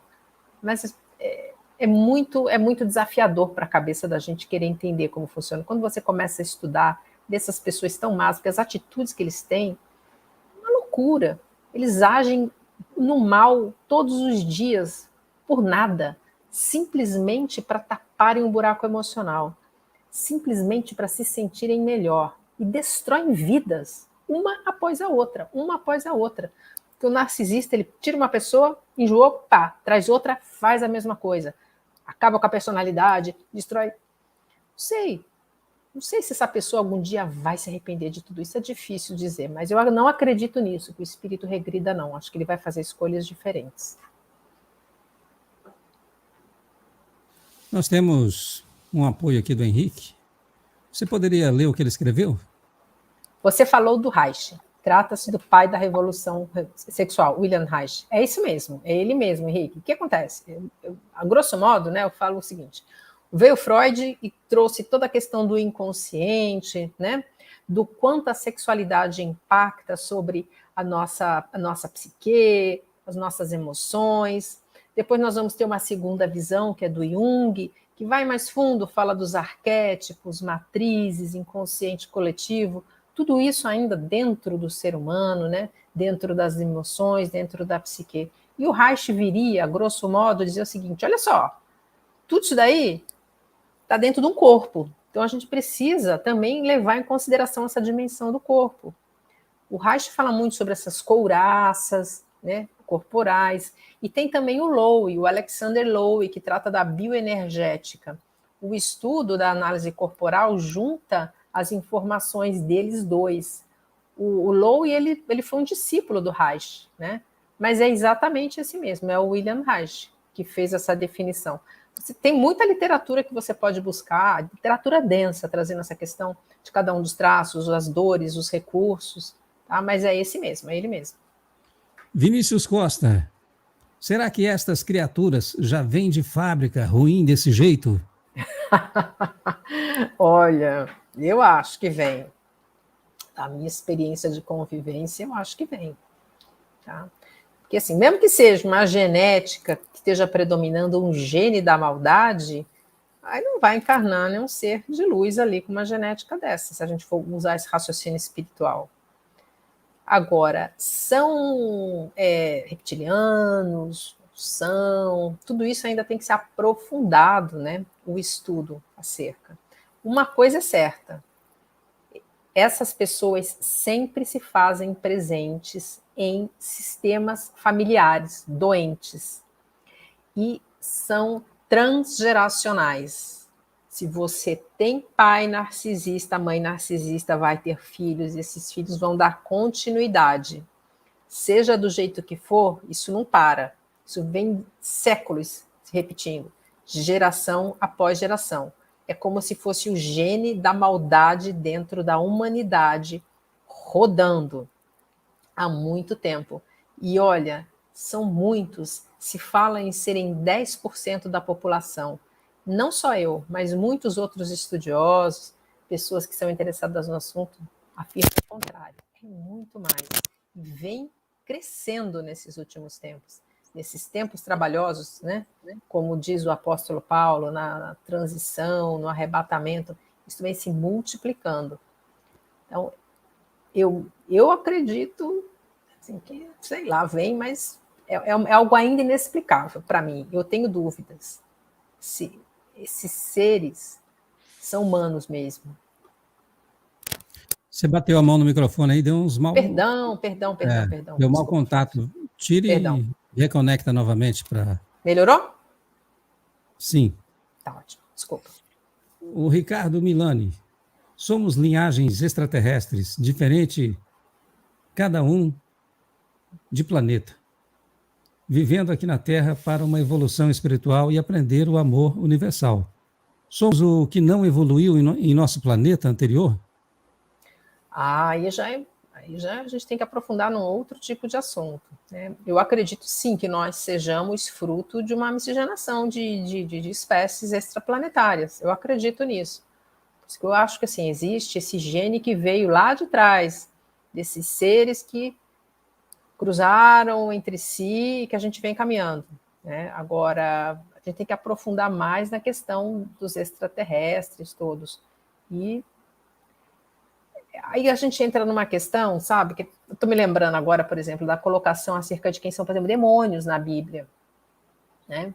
Será que essas pessoas têm recuperação? Não sei. Quando a gente começa a ver, será que essas pessoas um dia vão chegar a sentir o amor incondicional? Não sei. Será que são robôs biológicos que, na verdade, não têm emoção nenhuma? Também pode ser. Pode ser que você esteja lidando com pessoas que são robôs biológicos, seres sem alma, que não têm um pedaço de humanidade dentro de si. Aí desfaz completamente essa teoria. Você está lidando com um robô. O narcisista se descreve: eu sou um robô, eu não tenho emoções. Será que é mesmo porque abafou a personalidade quando era criança ou porque já veio assim? Eu não posso afirmar tudo isso, eu sou uma estudiosa, eu estou colocando as minhas conclusões em cima do que eu estudei, do que eu vivi. Mas que não tem alma, para mim não tem. Vamos lá. A próxima participação é da Lúcia Dornelles. Além do olhar, tem outra maneira de reconhecer? Tem. Eles sempre dão bandeiras vermelhas, Lúcia, porque eles vão se mostrar bondosos, gentis, amorosos, para, né, conquistar todo mundo, só que é falso. Então você vai notar uma certa atitude forçada nesse amor e, ao mesmo tempo, vamos supor, você está conversando com uma pessoa que é narcisista e ela é caridosa, né, aparentemente. Em algum momento você vai começar a perceber que essa pessoa, apesar de ser tão caridosa, de se importar tanto com os outros, ela sempre fala muito mal de todo mundo. Ela sempre reclama muito. Ela nunca está satisfeita. E, assim, ela vai, de um jeitinho muito sutil, te dar uma desvalorizada de vez em quando. Sabe? São pequenas bandeiras vermelhas. Eu me lembro de uma amiga narcisista que eu reencontrei depois de muitos anos. Eu nem sabia o que era narcisismo quando eu a reencontrei. E eu me lembro disso, dela: oi, querida amiga, você é minha amiga de outras vidas, nossa, Lu, como você é querida, como isso, tudo. Mas aí, ao mesmo tempo, ela vinha falando mal de uma outra colega do nosso grupo, desculpa, do tempo de colégio, e falava mal de mais uma outra, e, sabe, ficava reclamando que aquele grupo era muito chato, quer dizer, era uma pessoa super querida, tudo, mas vinha essa bandeira vermelha. A gente tem que usar a nossa intuição para perceber. Tá? E narcisistas, eles não têm, por exemplo, um sorriso espontâneo, gostoso, natural, não tem. Né? Eles sorriem assim, meio artificial também. Eles não têm alegria legítima. Você pode perceber. E dá um mal-estar a gente estar perto dessas pessoas. Tem um negócio esquisito. Tem uma frieza do lado deles. É estranho. A gente tem que começar a apurar os nossos sentidos e a entender que tem gente que é má. Que a gente fala, não, essa pessoa que tem problema, não é tão ruim. Não, é ruim, é mal. É desagradável a presença. Você vai perceber. Agora, os olhos é infalível. Pode usar essa tática, pode usar essa técnica.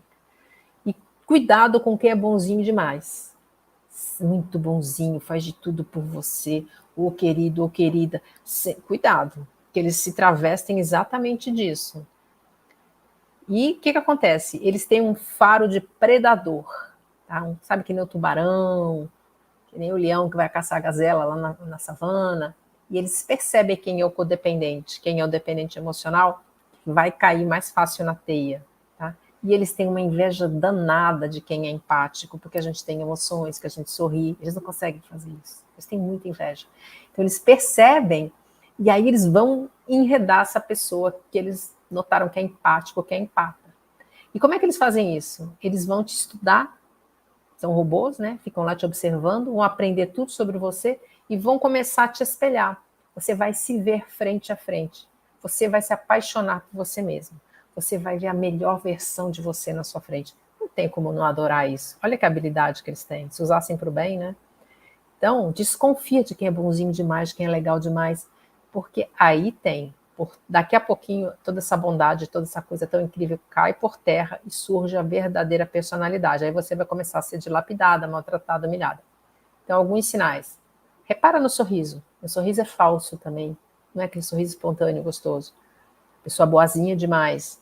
Se você se sentir mal, uma frieza, um comportamento estranho, essas pessoas falam muito mal das outras sempre, reclamam muito, se queixam muito, são negativas, apesar, podem até falar, ai, alto astral, alegria, mas você nota que aquilo ali não é autêntico nem verdadeiro.